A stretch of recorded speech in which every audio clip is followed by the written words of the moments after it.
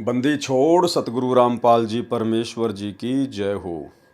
परम पिता परमात्मा सारी सृष्टि के रचनहार कुल मालिक असंख्य ब्रह्मांडों के स्वामी जगत गुरु तीनों लोकों में प्रवेश करके सबका धारण पोषण करने वाले राजाधिराज आत्माधार नाथों के नाथ देवों के देव महादेव सर्वेश्वर महेश्वर मृत्युंजय अजरो अमर आदि अनादि सनातनी प्रभु जगत पिता जगदीश्वर श्री श्री 1008 की उपाधि के वास्तविक अधिकारी अकाल मूर्त सौद स्वरूपी राम वासुदेव सर्वगतम ब्रह्म परम पूज्य प्रथम पूज्य परम संत परम पुरुष परम धनी परम दयालु सत्य कबीर हक्का कबीर अल्लाहु अकबर बाखबर अल्लाह ताला जगत के तारणहार जगत के मुक्तिदाता जगत के जगन्नाथ हारे के सहारे हिंदुओं के राम मुसलमानों के अल्लाह सिखों के वाहिगुरु ईसाइयों के मसीह दया के सागर दयानिधि करुणा के सागर करुणानिधि स्वयंभू परिभू संकट मोचन कष्ट हरण मंगल करण दुख भंजन अविगत कबीर निर्विकार निर्विषम परमात्मा अलय अलेख सतगुरु आदि अनादि सतगुरु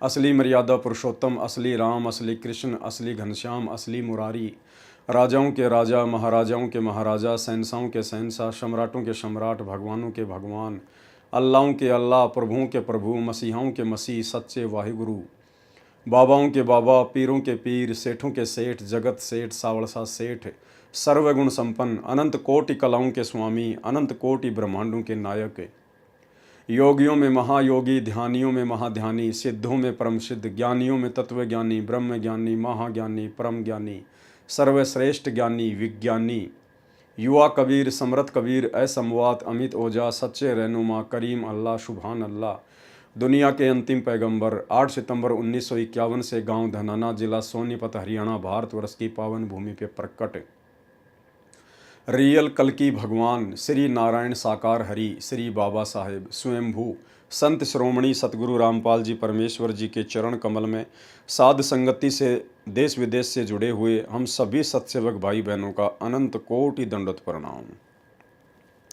सत्साई भाई और बहनों, बहुत बड़ी दया बहुत बड़ी मेहर पूज्य गुरुवर सतगुरु रामपाल जी परमेश्वर जी की, जिनकी विशेष वीआईपी रजा के बिना इस कलयुग की बिचली पीढ़ी में साध संगति का मिलना नामुमकिन है, असंभव है।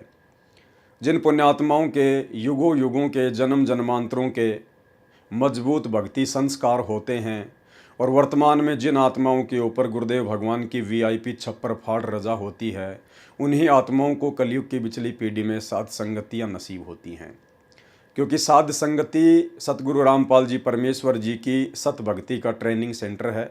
साध संगति से ही सतगुरु रामपाल जी अपनी आत्माओं को सतलोक के लिए ट्रेंड करेंगे, तैयार करेंगे। तो जिन आत्माओं को साध संगतियाँ नसीब हो चुकी हैं, उनका परम सौभाग्य। अब उनको चाहिए कि वो हर प्रकार से ज्ञान को आधार बनाकर अपने गुरुदेव भगवान के चरणों में समर्पित होकर साध संगतियों से जुड़े रहें और परमेश्वर को स्वतंत्र कर्मों का फ़ायदा उठाते हुए और शुभ कर्म करते हुए प्रसन्न करने की दिशा में आगे बढ़ते रहें, ताकि गुरु आशीर्वाद से हमारी भक्ति निरंतर सफलता की ओर आगे बढ़ती रहे। भाई और बहनों, पुस्तक धरती पर अवतार के ऊपर वीडियो बनाने की श्रृंखला जारी है। इसी श्रृंखला में आज हमारा तीसरे नंबर का वीडियो है और हर वीडियो हमें कुछ न कुछ नई जानकारी देता है, हमें भक्ति मार्ग से संबंधित अनसुनी जानकारी देता है।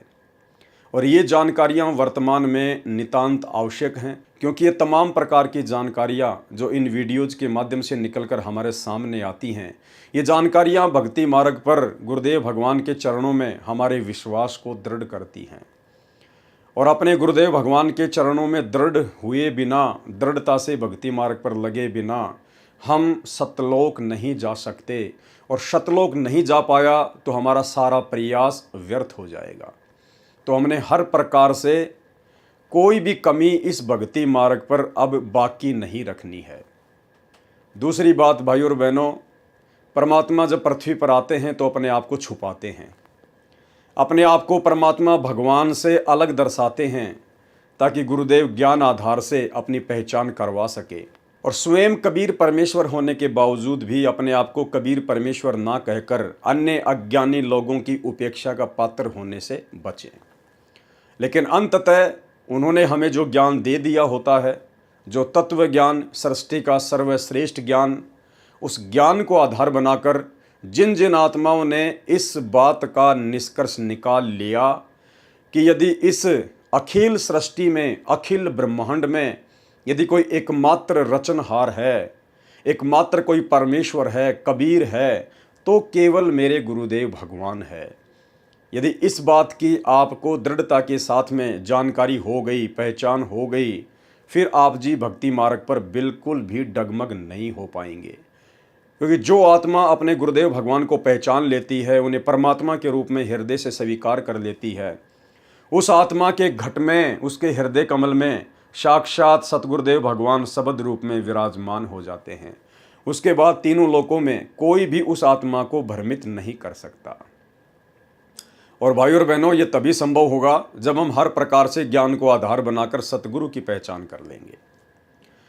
आज का हमारा तीसरे नंबर का वीडियो अवतार की परिभाषा को लेकर है, क्योंकि सतगुरु रामपाल जी परमेश्वर जी की 90% संगत जो साध संगतियों से नहीं जुड़ी है, केवल सतलोक आश्रमों से जुड़ी है, उस संगत को अभी तक अवतार की परिभाषा का भी ज्ञान नहीं है। ना उन्हें कबीर परमेश्वर की परिभाषा का ज्ञान है, ना उन्हें कबीर परमेश्वर के गुणों का ज्ञान है, ना उन्हें सतगुरु की परिभाषा का ज्ञान है, और ना उन्हें अवतार की परिभाषा का ज्ञान है। भाइयों और बहनों, हमारे पूज्य गुरुदेव भगवान ने कभी भी अपने आप को कबीर नहीं कहा। सीधे तौर पर कभी भी नहीं कहा कि मैं ही कबीर हूँ। और ना आपने कभी भी अपने गुरुदेव भगवान के मुख कमल से ये सुना होगा कि मैं कबीर जी का अवतार हूँ। आपने इतना ज़रूर सुना है कि कबीर परमात्मा ने इस कलयुग की बिचली पीढ़ी में स्वयं ही आना था, लेकिन वो नहीं आए तो अपने दास को भेज दिया। उसके बाद में संगत इसी आधार से अपने पूज्य गुरुदेव भगवान को, कबीर परमेश्वर को, सतगुरु रामपाल जी को अवतार की परिभाषा में ले बैठी, अपनी खुद की छोटी सोच के आधार से, अपनी खुद की आध्यात्मिक अज्ञानता के आधार से। जबकि गुरुदेव भगवान ने कभी नहीं कहा कि मैं कबीर का अवतार हूँ। अब उन आत्माओं से जब सवाल किया जाता है, जब साथ संगत वाले भाई बहन अपने ही गुरु भाई बहनों से जो सतलोक आश्रमों से जुड़े हुए हैं, उनकी कुसंगति से जुड़े हुए हैं, जब हम उनसे इस प्रकार के सवाल जवाब करते हैं गुरुदेव भगवान के परमेश्वर होने को लेकर, तो वो झट से कह देते हैं कि संत रामपाल जी कबीर जी नहीं है, क्योंकि कबीर तो माँ के गर्भ से जन्म नहीं लेता, जबकि अपने गुरुजी संत रामपाल जी तो गर्भ से जन्म लेकर आए हैं, और अपने गुरुजी तो कबीर जी के अवतार हैं। फिर हम उनसे सवाल करते हैं कि आप अपने गुरुजी को यदि कबीर नहीं मानते हैं, तो आप उनको कबीर का अवतार किस आधार से कह रहे हैं?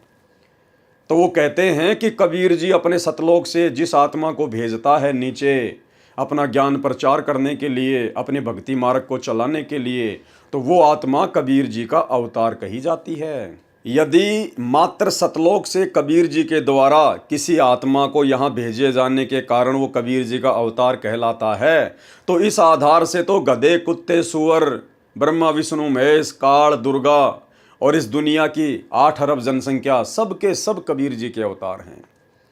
क्योंकि सतलोक से काल को किसने भेजा यहाँ? कबीर जी ने। तो कबीर जी ने भेजा तो फिर काल कबीर जी का अवतार हो गया। दुर्गा को किसने भेजा सतलोक से यहाँ? कबीर जी ने। तो दुर्गा भी कबीर परमात्मा का अवतार हो गई। हम असंख्य आत्माओं को दुर्गा के माध्यम से यहाँ किसने भेजा? कबीर परमेश्वर ने। तो हम सभी कबीर परमेश्वर के अवतार हैं।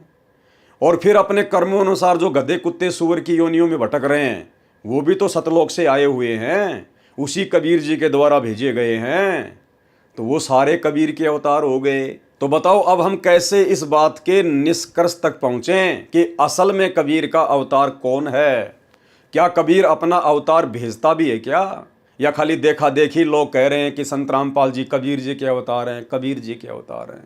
तो भाइयों और बहनों, पुस्तक धरती पर अवतार को लेकर आज हमारा जो तीसरे नंबर का वीडियो है, ये इसी कंसेप्ट को क्लियर करेगा कि वास्तव में संत रामपाल जी स्वयं कबीर परमात्मा हैं या कबीर जी के द्वारा भेजे गए कोई अवतार हैं। और जब तक ये कंसेप्ट क्लियर नहीं होगा, आप और हम भाई बहन चाहे लाख माला जप लें, हम भक्ति के आस पास भी नहीं हैं। क्योंकि सही प्रकार से भक्ति शुरू करने से पहले हमें अपने गुरुदेव भगवान की वास्तविक स्थिति का पूरा पूरा ज्ञान होना अति आवश्यक है। तो आज का वीडियो हमारे इसी कंसेप्ट को क्लियर करेगा। पुस्तक धरती पर अवतार का ये पेज नंबर 9 है, जहां पर सतगुरु रामपाल जी परमेश्वर जी ने काल ब्रह्म के अवतारों की जानकारी लिखी हुई है। ब्रह्म अर्थात काल के अवतारों की जानकारी। गीता अध्याय 4 का श्लोक 7 क्या कहता है? यदा यदा ही धर्मस्य ग्लानि भवति भारत अभ्युत्थानम अधर्मस्य तदा आत्मानं सृजामि अहम्। काल भगवान क्या कह रहा है? हे भारत यानी हे अर्जुन, जब जब धर्म की हानि और अधर्म की वृद्धि होती है तब तब ही मैं अपना अंश अवतार रचता हूं अर्थात उत्पन्न करता हूं। आगे तो कंसेप्ट क्लियर होगा ही होगा। समझदार व्यक्ति के लिए तो शुरुआत में ही कंसेप्ट क्लियर हो चुका है। अंश अवतार केवल ये काल, ये ब्रह्म उत्पन्न करता है। कबीर परमात्मा कोई अंश अवतार सर्जन नहीं करता है, क्योंकि कबीर परमात्मा समर्थ है। उन्हें किसी भी अपनी आत्मा को इस 21 ब्रह्मांड में भेजने की जरूरत नहीं पड़ती है।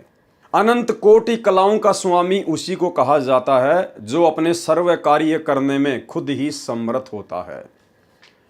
और परमात्मा ने सतलोक से किसी को भी अवतार रूप में, जब से ये सृष्टि रची गई है 21 ब्रह्मांड की, तब से लेकर वर्तमान समय तक कबीर परमेश्वर ने कभी भी अपनी किसी भी आत्मा को 21 ब्रह्मांड में हम जीव आत्माओं को काल की बंध से छुड़वाने के लिए नहीं भेजा है। ये परमात्मा स्वयं ही आता है। और गुरुदेव ने सृष्टि रचना में हमारी आंखें खोल दी हैं कि परमात्मा को 21 ब्रह्मांड में अपनी किसी भी आत्मा को सतलोक से अवतार रूप में यहां भेजने की आवश्यकता नहीं है, क्योंकि कबीर परमेश्वर का कार्य कोई भी आत्मा कर ही नहीं सकती। आपने सृष्टि रचना में सुना, जब परमात्मा ने अचिंत को सृष्टि रचना का भार सौंपा और उसके बाद में अचिंत सृष्टि रचना नहीं कर पाया, अंत में उसको हाथ जोड़ने पड़े, तो कबीर परमेश्वर जी ने क्या कहा कि बेटा मैं तेरी फड़क निकालना चाहता था, कहीं तू आगे चल के और टांग अड़ा के खड़ा हो जाए, क्योंकि आगे परमात्मा ने काल को बाहर निकालना था, फिर परमेश्वर ने रह के अपनी आत्माओं को सतलोक में लेके आना था। तो कहीं फिर बाद में जाकर परमेश्वर के वो पुत्र बीच में टांग ना अड़ा दें कि हे पिताजी ये काम तो हम भी कर सकते हैं, उस काल के 21 ब्रह्मांड में जाके अपने भाई बहनों को हम भी लेके आ सकते हैं। तो परमेश्वर ने उन आत्माओं को पहले ही उनकी औकात दिखा दी कि बच्चों समर्थ का काम उसी को साजे और करे तो मूर्ख बाजे। इसलिए कबीर परमेश्वर कभी भी सतलोक से आत्माओं को अवतार रूप में नहीं भेजता है। वे स्वयं ही इस काल के 21 ब्रह्मांड में आते हैं और अपनी आत्माओं को शत भक्ति देकर काल के बंध से छुड़वा कर लेकर जाते हैं। अंश अवतार केवल ये काल 21 ब्रह्मांड का स्वामी ज्योति निरंजन उत्पन्न करता है, भेजता है, क्योंकि ये समर्थ नहीं है। ये केवल 1000 कला का स्वामी है। इससे ऊपर तो अक्षर पुरुष है जो 10,000 कला का स्वामी है। इसलिए काल अपने आप में समर्थ नहीं है और काल सभी के समक्ष अपने वास्तविक रूप में भी प्रकट नहीं होता है। उसने सौगंध खा रखी है, इसलिए उसकी मजबूरी है वो स्वयं ना आकर अपने अंश अवतार सर्जन करता है। तो भाई और बहनों, इस बात को दिलो दिमाग से निकाल देना कि संत रामपाल जी कोई कबीर जी के द्वारा भेजे गए अवतार होंगे। आगे पूरा कंसेप्ट क्लियर होने वाला है, वीडियो को ध्यान से सुनते जाइए। तो गीता अध्याय 4 श्लोक 7 का निष्कर्ष है कि जब जब धरती पर धर्म की हानि और अधर्म की वृद्धि होती है तो ये काल कहता है कि तब तब मैं अपना अंश अवतार रचता हूं अर्थात उत्पन्न करता हूं। जैसे विष्णु के रूप में श्री रामचंद्र जी को भेज दिया, फिर द्वापर में श्री कृष्ण जी को भेज दिया, इस प्रकार से ये काल अपने अंश अवतार सर्जन करता है। जैसे श्रीमद् भगवत गीता अध्याय 4 श्लोक 7 में गीता ज्ञानदाता ने कहा है कि जब जब धर्म में घृणा उत्पन्न होती है, धर्म की हानि होती है तथा अधर्म की वृद्धि होती है, तो मैं काल अर्थात ब्रह्म क्षर पुरुष अपने अंश अवतार अर्थात अपनी आत्माओं को सर्जन करता हूं अर्थात उत्पन्न करता हूं। जैसे श्री रामचंद्र जी तथा श्री कृष्णचंद्र जी को काल ब्रह्म ने ही पृथ्वी पर उत्पन्न किया था, जो स्वयं श्री विष्णु जी ही माने जाते हैं। लेकिन आपको एक भी एग्जाम्पल सतयुग से लेकर वर्तमान कलयुग की पिछली पीढ़ी तक देखने को नहीं मिलेगा कि कबीर परमेश्वर ने कभी भी किसी भी युग में सतलोक से अपनी किसी आत्मा को अवतार रूप में भेजा हो। सतयुग में हम सब जानते हैं, गुरुदेव भगवान ने तोते की तरह रटा दिया है कि सतयुग में खुद कबीर परमात्मा सत सुकृत ऋषि के नाम से प्रकट हुए थे।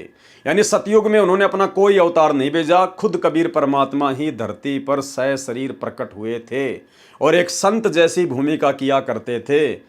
जैसे आज सतगुरु रामपाल जी के रूप में वो दुनिया को एक साधारण मनुष्य की भांति ज्ञान समझा रहे हैं, उसी प्रकार की लीला उन्होंने सतयुग में की। उसके बाद त्रेता युग में उस कबीर परमेश्वर ने किसी को भी अवतार रूप में नहीं भेजा, खुद ही मुनिंदर ऋषि का रूप धारण करके सशरीर पृथ्वी पर प्रकट हुए। उसके बाद द्वापर युग में उस कबीर परमेश्वर ने किसी को भी सतलोक से अपने अंश अवतार रूप में नहीं भेजा, वे स्वयं ही करुणामय ऋषि के नाम से सशरीर प्रकट हुए और अपना ज्ञान प्रचार किया। फिर कलयुग के प्रथम चरण में वही कबीर परमात्मा अपने वास्तविक वैदिक नाम कबीर नाम से और 1398 में काशी के लहर तारा तालाब में कमल के विकसित फूल पर शिशु रूप में प्रकट हुए और परमेश्वर ने अपना ज्ञान प्रचार किया। लेकिन दुनिया उनको नहीं समझ पाई कि ये कबीर परमात्मा है। उसके बाद लगभग 350 साल पहले आदरणीय गरीबदास जी के रूप में खुद ही कबीर परमात्मा धरती पर प्रकट हुए। अर्जुन सर्जुन के प्रकरण में आपकी आंखें खुल जानी चाहिए कि गरीबदास जी के रूप में जो प्रकट हुए थे छुडानी में, वो कौन थे? खुद कबीर परमात्मा थे। और आज वर्तमान में खुद सतगुरु रामपाल जी के रूप में वही कबीर परमात्मा धरती पर प्रकट है। भाई, जब आज से पहले परमात्मा ने कभी भी सतलोक से किसी भी आत्माओं को अवतार रूप में नहीं भेजा, तो वर्तमान में संत रामपाल जी को क्यों भेजेंगे अवतार रूप में? और सतलोक से आई हुई आत्मा फिर क्यों मां के गर्भ से जन्म लेगी? सतलोक आश्रमों से जुड़े हुए भाई बहनों का कहना है कि संत रामपाल जी ने तो इंद्रो माई की कोख से जन्म लिया है। इस पुस्तक के जो लेखक हैं डॉक्टर सरदार सूरजपाल सिंह MA PhD, वो खुद लिख रहे हैं कि सतगुरु रामपाल जी ने इंद्रो माई की कोख से जन्म लिया है। तो चलिए आप लोगों की बात को हम बड़ा करते हैं इस प्रकरण को समझने के लिए। आप सतलोक आश्रम मैनेजमेंट हरियाणा वालों के द्वारा आप लोगों के हिसाब से यदि संत रामपाल जी कबीर जी के अवतार हैं, क्योंकि आप उनको कबीर जी का अवतार ही मानते हैं, क्योंकि 8 सितंबर को आप उनका जन्मदिन मनाते हैं। अगर आप संत रामपाल जी को ही कबीर भगवान मान लिए होते तो जून के महीने में वो दाढ़ी मूंछ वाली कबीर जी के समझे जाने वाली नकली फोटो को भगवान मानकर उसका कबीर प्रकट दिवस कभी ना मनाते। लेकिन आप लोगों को भगवान लगती है वो मुर्दा फोटो, और जो जिंदा सतगुरु है वो आपको लगता है कबीर का अवतार। तो भाई और बहनों, आपके अनुसार यदि संत रामपाल जी कबीर जी के अवतार हैं, कबीर जी के द्वारा भेजी गई कोई आत्मा है, तो सबसे पहली बात तो ये कि सतलोक में जो आत्माएं हैं वो कौन आत्मा है? वे सभी आत्मा मोक्ष प्राप्त हैं। वे सभी आत्मा मोक्ष प्राप्त हैं। उन आत्माओं का 21 ब्रह्मांड में किसी भी जीव आत्मा के साथ में कोई ऋण संबंध नहीं है। तो सतलोक में जो आत्मा रहती है वो मोक्ष प्राप्त आत्मा है। फिर वो मोक्ष प्राप्त आत्मा भला यहां पर किसी मां के गर्भ से जन्म लेकर क्यों उत्पन्न होगी? क्योंकि मां के गर्भ से जेर में लिपट कर तो वो जन्म लेगा जिसका उस मां के साथ में कोई पिछले जन्म जन्मांतरों का ऋण संबंध होगा, अन्यथा वो तो गर्भवास में आएगा ही नहीं। भाई, जब यहां के सारे ऋण ही समाप्त हो जाएंगे हमारे, हम लोग ऋण संबंध में तो बंधे हुए हैं, इसीलिए जन्मते हैं और मरते हैं। और गुरुदेव ने कह दिया, एक लेवा एक देवा दूतम, कोई किसी का पिता नहीं पुतम। ऋण संबंध जुड़े सब नाता, अंत समय सब 12 बाटा।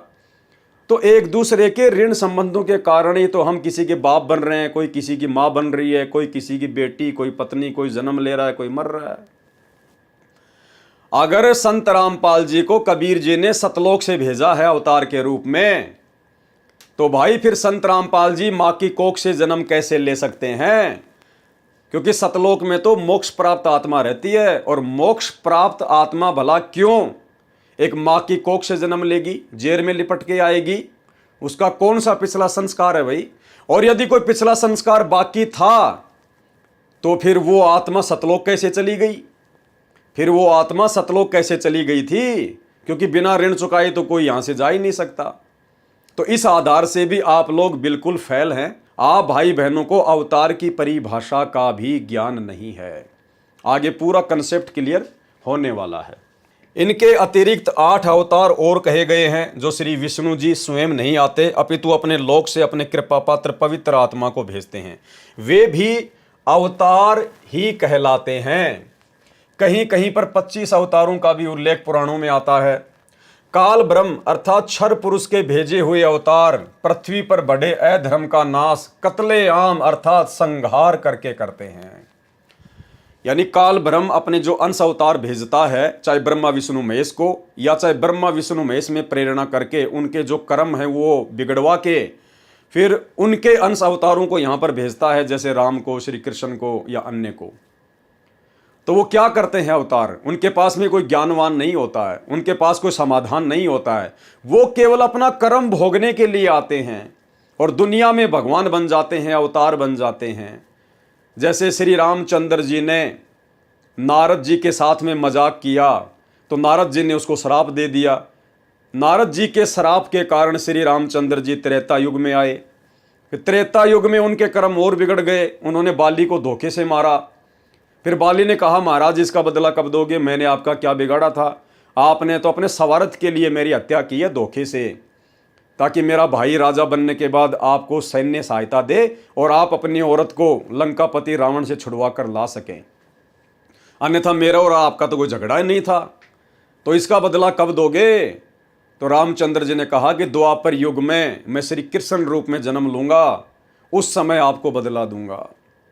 तो इनके पास कोई ज्ञान नहीं होता, इन अवतारों के पास में ना कोई समाधान होता है, और ये शांति स्थापना करने का प्रयास करते हैं लड़ाई झगड़ा करके, मार काट करके। लेकिन गुरुदेव भगवान कहते हैं उनकी इस विधि से शांति की जगह और ज़्यादा अशांति फैल जाती है। राम रावण युद्ध हुआ, कितने करोड़ों सैनिक मारे गए, उनकी औरतें विधवा हो गई, बच्चे यतीम हो गए। कैसे उन्होंने अपना जीवन निर्वाह किया होगा, कैसे दूसरे पुरुषों से उन्होंने अपनी इज्जत बचाई होगी। तो ये लोग कभी भी शांति स्थापना नहीं कर सकते। ऐसे द्वापर में श्री कृष्ण जी आए, शांति स्थापना के चक्कर में महाभारत का युद्ध करवा डाला, 12 करोड़ सैनिकों का नाश करवा दिया, 56 करोड़ यादवों का संहार करवा दिया। तो काल के जो अवतार होते हैं वो केवल मारकाट और लड़ाई झगड़े के द्वारा शांति स्थापना करने का प्रयास करते हैं, और असल में उनका मकसद कोई शांति स्थापना करना नहीं होता है। रामचंद्र जी का त्रेता युग में कोई मकसद शांति स्थापना करने का नहीं था, बाढ़ में गई शांति, उनको तो अपनी पत्नी सीता को छुड़वा के लेके आना था। तो इस प्रकार से भाई और बहनों परमात्मा हमें समझा रहे हैं।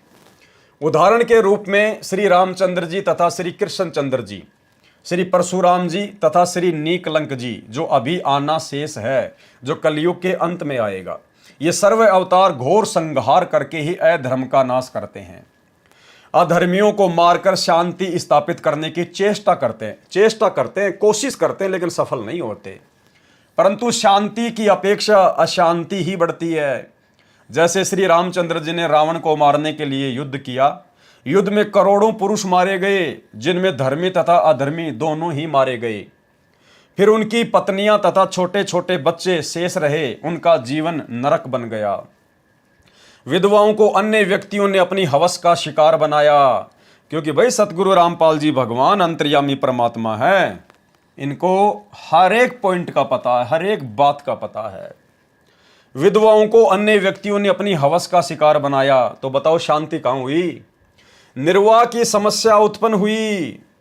आज आप जी अपने परिवार में अकेले कमाने वाले हैं और आपका 5 या 6 मेंबर का परिवार है, और अचानक से उस परिवार की मुखिया की डेथ हो जाती है, तो उस परिवार का निर्वाह कितना मुश्किल हो जाता है।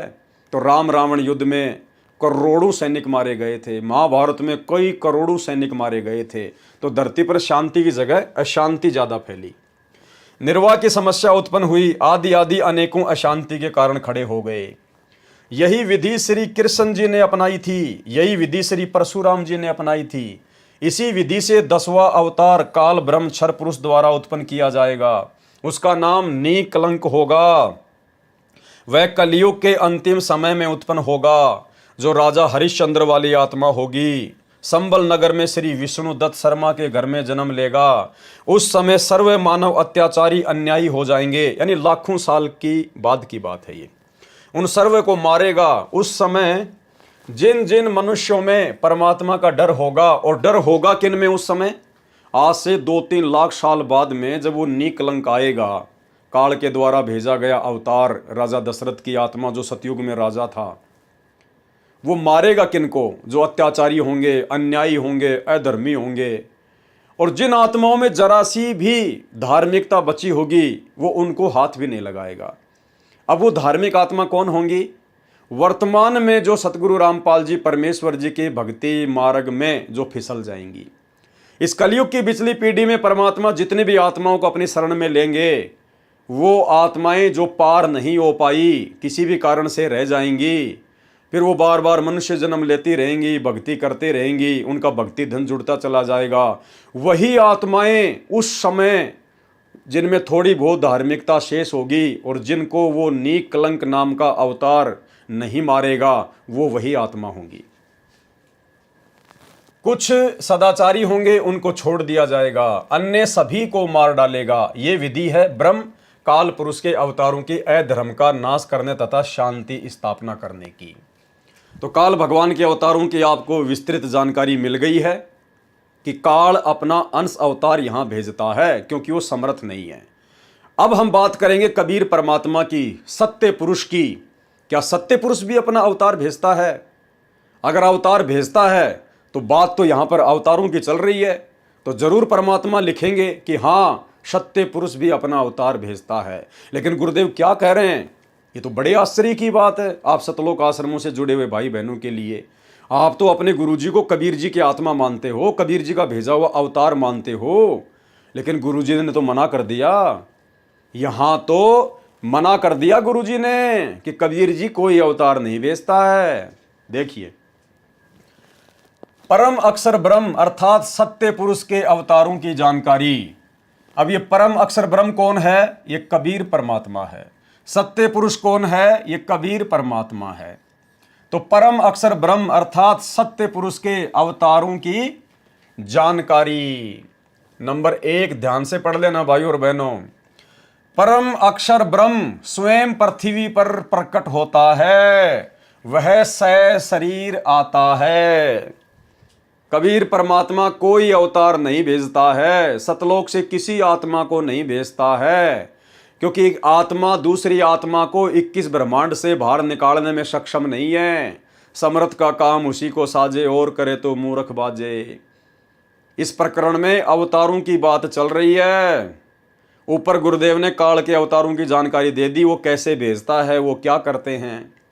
अब यहां समझदार को संकेत ही काफी है, जबकि यहां तो स्पष्ट लिख दिया गुरुदेव ने कि परम अक्षर ब्रह्म यानी कबीर परमात्मा, परम अक्षर ब्रह्म स्वयं पृथ्वी पर प्रकट होता है, वह शरीर आता है। किसी मां की कोख से जन्म लेके नहीं आता, किसी मां के गर्भ से जेर में लिपट के नहीं आता। जैसा कि आप सतलोक आश्रम वाले भाई बहन अपने गुरुदेव भगवान के विषय में कहते हो, आप लोगों को कहते हुए शर्म भी नहीं आती कि संत रामपाल जी का जन्म हुआ है। अरे संत रामपाल जी तो अपने आप को छुपाते हुए लाख बार कहेंगे कि मेरा तो जन्म हुआ है, मेरी माता का नाम इंद्रोमाई है, मेरे पिता का नाम भगत नंदराम है। वो लाख बार कहेंगे, वो कह सकते हैं अपने आप को छुपाते हुए। लेकिन हम भक्तों को क्या अधिकार है ये कहने का कि हमारे गुरुजी ने इंद्रोमाई की कोख से जन्म लिया है? वो भगत नहीं है, फिर अभी वो भगत बना नहीं है। उसको सतगुरु के तत्व ज्ञान की अभी छींट भी नहीं है। परम अक्षर ब्रह्म स्वयं पृथ्वी पर प्रकट होता है, जैसा कि आज पृथ्वी पर प्रकट हो चुके हैं। सशरीर 8 सितंबर 1951 को गांव धनाना, जिला सोनीपत, हरियाणा में परम अक्षर ब्रह्म स्वयं पृथ्वी पर प्रकट होता है। वह सशरीर आता है, किसी मां के गर्भ से जन्म लेके नहीं आता, और सशरीर लौट जाता है, सशरीर ही लौट जाता है।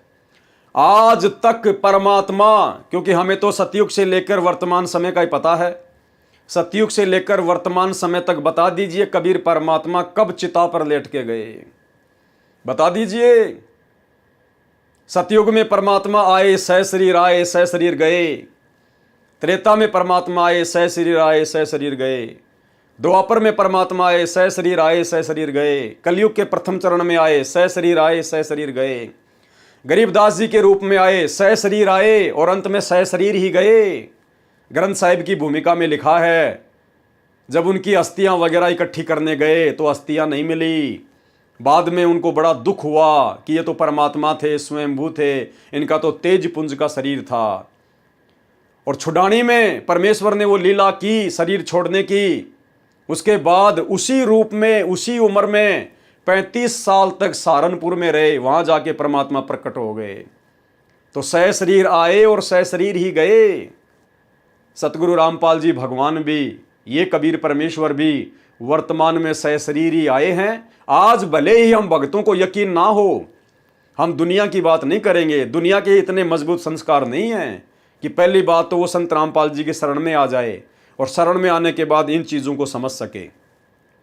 इन गूढ़ रहस्यों को समझने की दया तो परमेश्वर के युगों युगों के माल के ऊपर होती है। बाकी तो खुद के भाई बहन ही मजाक उड़ाएंगे, इन बातों को अपने भेजे में वो पचा नहीं पाएंगे। और यही कारण है आज 90% संगत स्वयं सतगुरु रामपाल जी परमेश्वर जी की इनको कबीर जी का अवतार ही मानती है, इनको कबीर नहीं मानती है। तो परमेश्वर आज भी सशरीर आए हैं और सशरीर ही जाएंगे। वह सशरीर आता है, सशरीर लौट जाता है।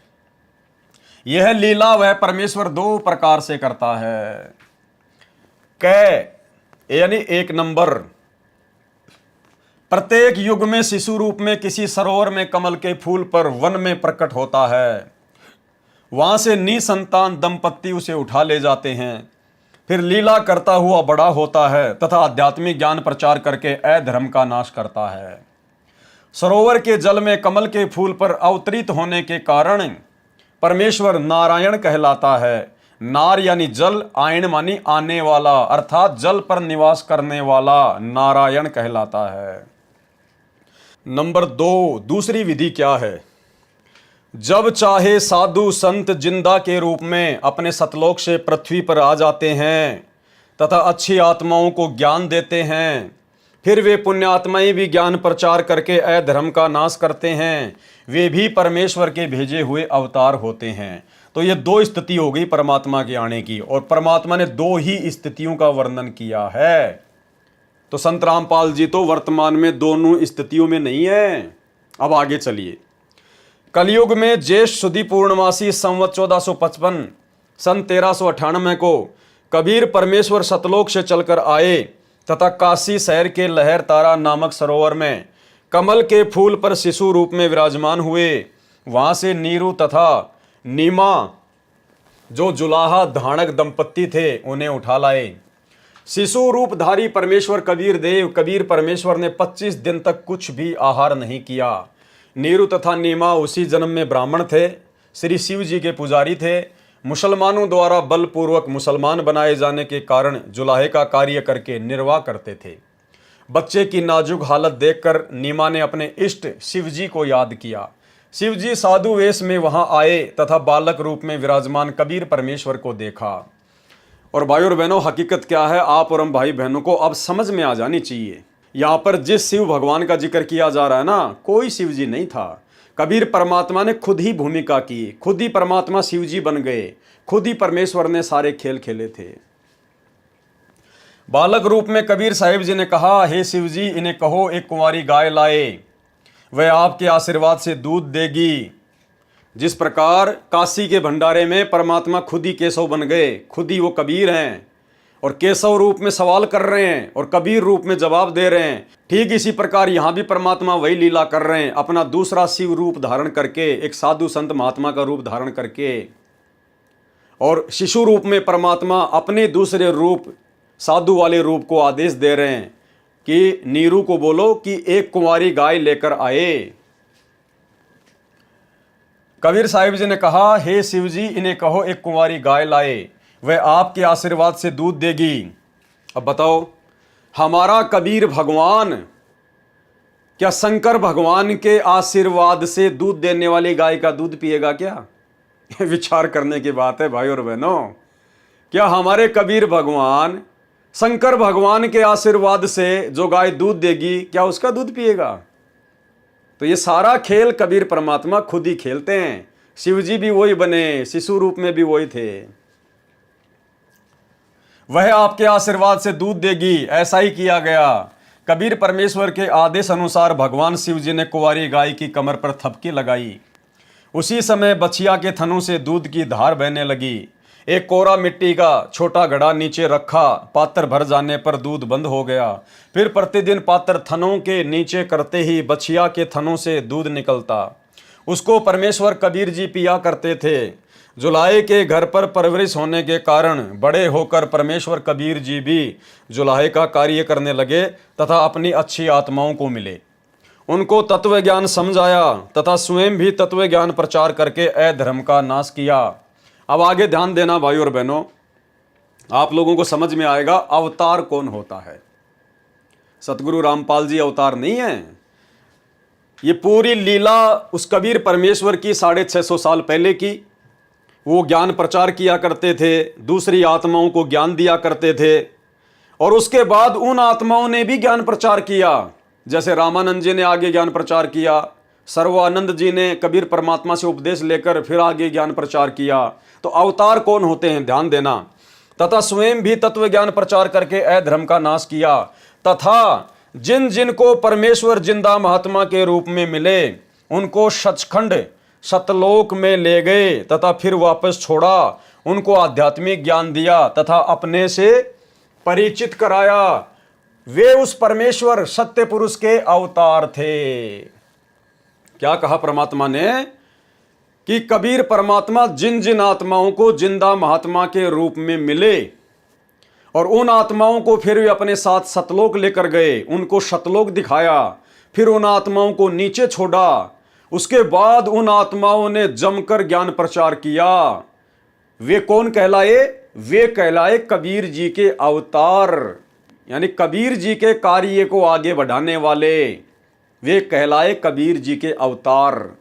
अब यदि आप संत रामपाल जी को कबीर जी का अवतार मानते हैं तो अवतार की तो परिभाषा गुरु जी ने बता दी कि कबीर जी के अवतार कौन कहे जाते हैं। यानी कबीर परमात्मा सतलोक से चलकर जिंदा महात्मा के रूप में या अन्य वेश में धरती पर आते हैं। यहाँ आकर अच्छी आत्माओं को अपना ज्ञान समझाते हैं, उन आत्माओं को फिर सतलोक दिखाकर लाते हैं, फिर वापस छोड़ते हैं। फिर वो आत्माएं परमात्मा से परिचित होने के बाद ज्ञान प्रचार करती है। उन आत्माओं को कबीर जी का अवतार कहा जाता है। जैसे परमात्मा ने यही लीला आदरणीय गरीबदास जी के साथ की, नानक जी के साथ में की, धर्मदास जी के साथ में की, मलुकदास जी के साथ में की, घीसा जी के साथ में की। देखते जाइए, वे उस परमेश्वर सत्य पुरुष के अवतार थे। उन्होंने भी परमेश्वर से प्राप्त ज्ञान के आधार से अधर्म का नाश किया। वे अवतार कौन कौन हुए? वो अवतार हैं आदरणीय धर्मदास जी, आदरणीय मलुकदास जी। अब आप लोगों के अनुसार, सतलोक आश्रम वाले भाई बहनों के अनुसार, यदि संत रामपाल जी कबीर जी के अवतार हैं तो अवतार कौन होता है, उसकी पहचान बताइए। और कौन कौन अवतार थे? आदरणीय धर्मदास जी, क्योंकि आदरणीय धर्मदास जी को कबीर परमात्मा सतलोक से आकर मिले, उनको सतलोक दिखाया। उसके बाद में धर्मदास जी ने आगे ज्ञान प्रचार किया, इसलिए धर्मदास जी कबीर जी के क्या कहलाए? अवतार। आदरणीय मलुकदास जी को परमात्मा मिले और मलुकदास जी को सतलोक दिखाया, फिर मलुकदास जी ने आगे ज्ञान प्रचार किया, इसलिए क्या कहलाए? कबीर जी के अवतार। आदरणीय नानक देव जी सिख धर्म के प्रवर्तक, कबीर परमात्मा जिंदा महात्मा के रूप में बेई नदी पर मिले, नानक जी को ज्ञान दिया, सतलोक दिखाया, वापस छोड़ा, फिर नानक जी ने ज्ञान प्रचार किया, इसलिए नानक जी क्या कहलाए? परमात्मा के अवतार। आदरणीय दादू साहिब जी को भी परमात्मा मिले, सतलोक दिखाया, फिर इन्होंने ज्ञान प्रचार किया, इसलिए दादू जी भी कबीर जी के अवतार कहलाए। आदरणीय गरीबदास साहिब जी गांव छुडानी जिला झज्जर हरियाणा वाले तथा आदरणीय घीसा दास साहिब जी गांव खेकड़ा जिला मेरठ उत्तर प्रदेश वाले, ये उपरोक्त सर्व अवतार, ये उपरोक्त क्या थे? अवतार। किसके? परम अक्षर ब्रह्म सत्य पुरुष के थे। ये सभी आत्माएं कबीर जी के अवतार थे। तो अवतार की क्या पहचान बताई परमात्मा ने? ध्यान से सुनना भाई और बहनों, यही कंसेप्ट क्लियर हो जाएगा। अवतार कौन होते हैं? अवतार कौन कहलाते हैं? क्या परिभाषा बताई? कबीर परमात्मा सतलोक से सशरीर आकर जिंदा महात्मा के रूप में या साधु महात्मा के रूप में, या जैसे परमात्मा शिशु रूप में आए 650 साल पहले, बड़े होकर जिन जिन आत्माओं को ज्ञान दिया, फिर उन आत्माओं को परमात्मा ने सतलोक दिखाया, उनको सचखंड लेकर गए, फिर उनको नीचे छोड़ा, और फिर जिन जिन आत्माओं ने आगे कबीर जी का ज्ञान प्रचार किया, वो क्या कहलाए? कबीर जी के अवतार। ये अवतार की परिभाषा गुरु जी ने बता दी, मैं अपनी तरफ से नहीं बता रहा, सतगुरु रामपाल जी भगवान ने लिखी है। अब अगर इस आधार से कबीर जी के अवतार कहे जाते हैं, तो भाई संत रामपाल जी तो फिर कबीर के अवतार हो ही नहीं सकते। आप लोग जो अपने गुरु जी को कबीर जी का अवतार कहते हो, इनका अवतरण दिवस मनाते हो, जन्मदिन मनाते हो, तो इस परिभाषा के अनुसार तो संत रामपाल जी कबीर जी के अवतार नहीं है, क्योंकि सतगुरु रामपाल जी को कबीर परमात्मा कब आके मिले? कबीर परमात्मा कब आके मिले? अब आप सब एक ही बात कहोगे कि मार्च 1997 में आके मिले। कब मिले? मार्च 1997 में। एक छोटा सा सत्संग गुरु जी का सुन लीजिए 1 मिनट का, कि कबीर परमात्मा उनको कब आके मिले। सुनिए। अब देखिएगा सन 1997 के लिए कैसे आपको यकीन होगा, देखना। दास ने एक पुस्तक लिखी है दात्मी ज्ञान गंगा, और जो आपके कर कमलों में है, इसमें एक लेख है 538 पृष्ठ पे, यथार्थ कबीर पंथ परिचय नामक एक विषय है, और इसमें यहाँ लिखा है, मुझ दास यानी रामपाल दास को परमेश्वर कबीर साहिब जी संवत 2054 फाल्गुन मास शुक्ल पक्ष एकम मार्च 1997 को दिन के 10 बजे मिले थे, तथा सार शब्द की वास्तविकता और संगत को दान करने का सही समय संकेत देकर अंतर्ध्यान हो गए थे, और इसको यानी मुझे परमात्मा मिले थे, इसको अगले आदेश तक रहस्य युक्त रखने का आदेश दिया था। और फिर परमात्मा ने एक और अनमोल खजाना अभी 10 दिन के अंदर अंदर हमें दिया है। तो भाई और बहनों, क्लियर हो गया कि संत रामपाल जी को कबीर परमात्मा जिंदा महात्मा के रूप में कब आकर मिले? मार्च 1997 में। और अवतार की परिभाषा क्या है कि जब कबीर परमात्मा आके किसी को मिलता है, उसके बाद सीधा उसे सतलोक लेकर जाता है, उसके बाद उसको नीचे छोड़ता है, फिर आगे वो ज्ञान प्रचार करता है।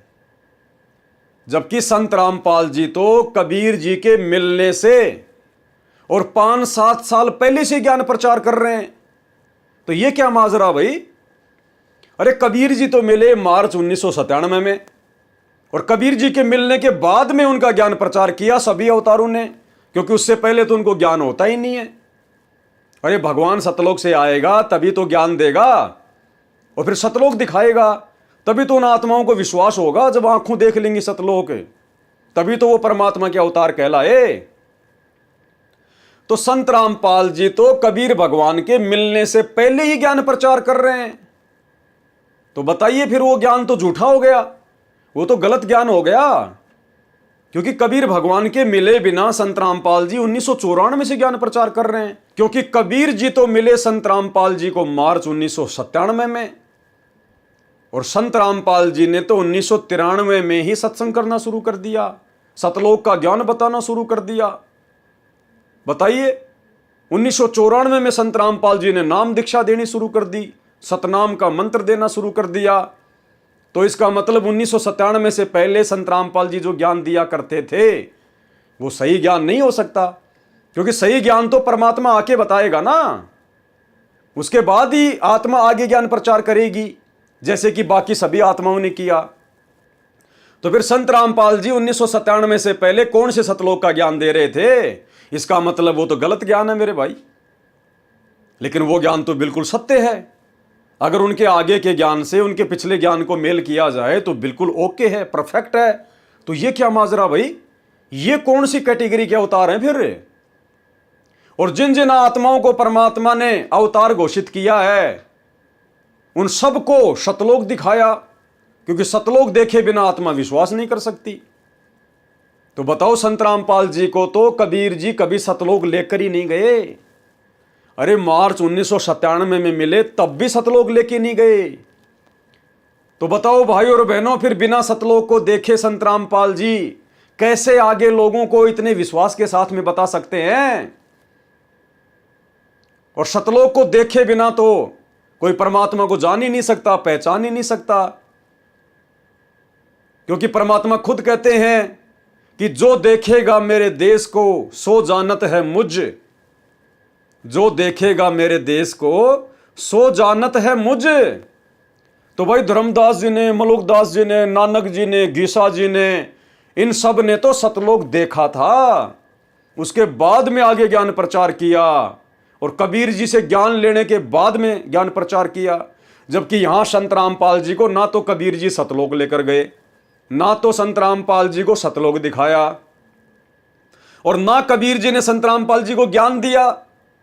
अरे वो तो मात्र 5-10 मिनट के लिए मिले थे, जैसा गुरुजी कहते हैं कि मार्च 1997 में थोड़े समय के लिए मिले और अंतर ध्यान हो गए। तो बताओ भाई और बहनों, फिर ये कौन सी कैटेगरी के अवतार हैं? तो अब तो कम से कम आपकी आंखें खुल जानी चाहिए।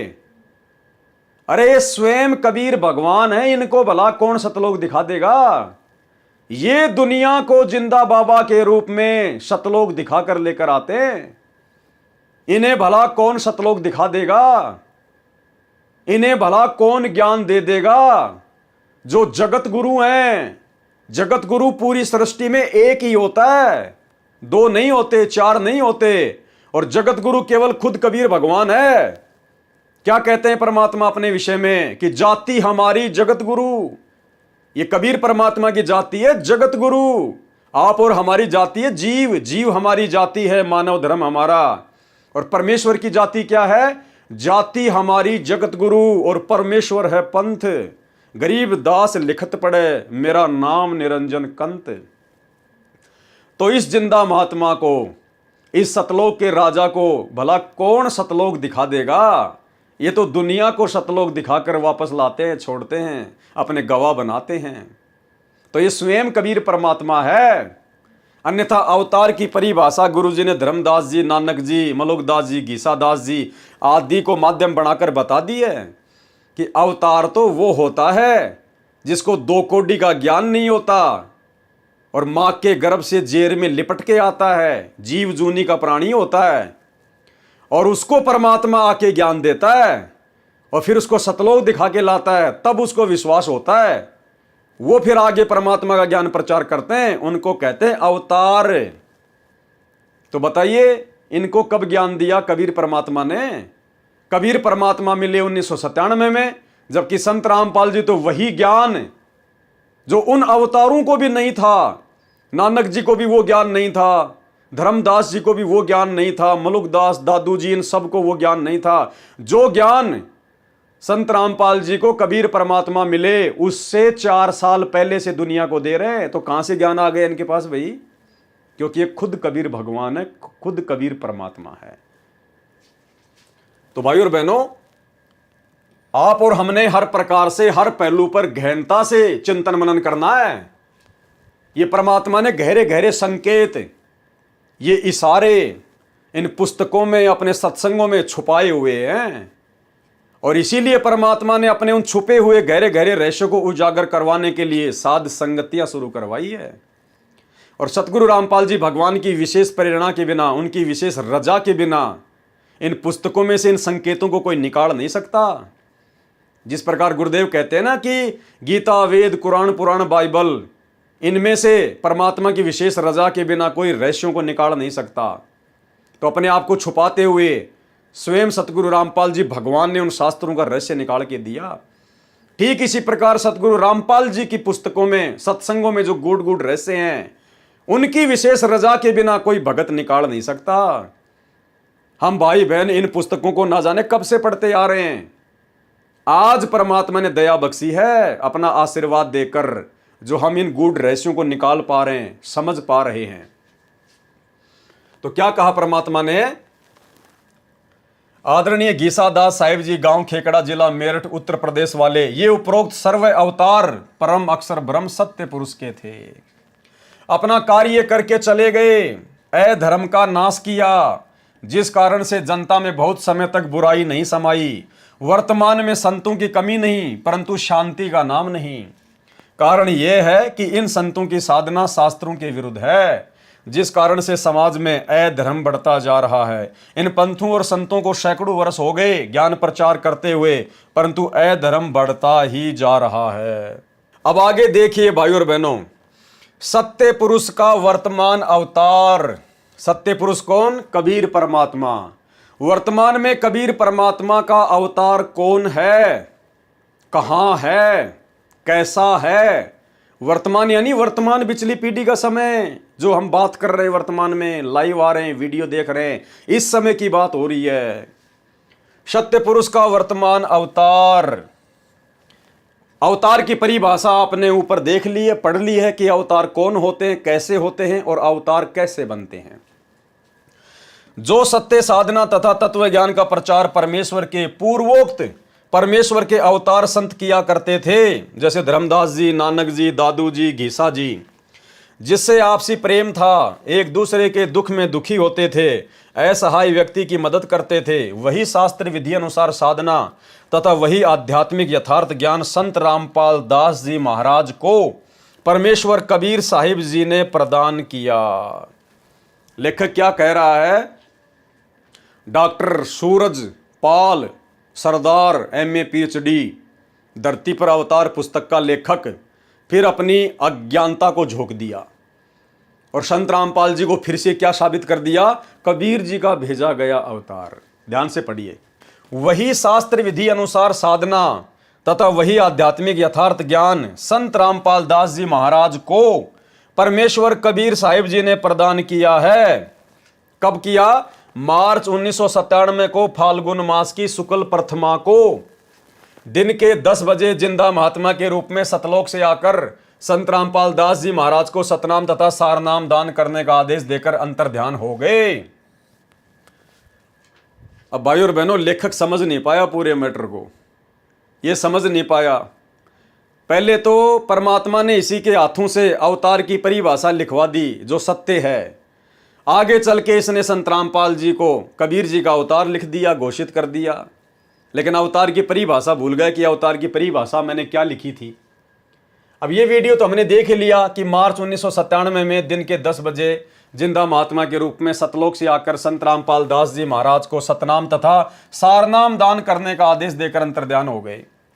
अगर 1997 में ही कबीर जी ने संत रामपाल जी को सतनाम मंत्र देने का आदेश देकर यदि अंतर्ध्यान हुए, तो संत रामपाल जी तो भाई 1997 से पहले हजारों आत्माओं को सतनाम मंत्र दे चुके थे।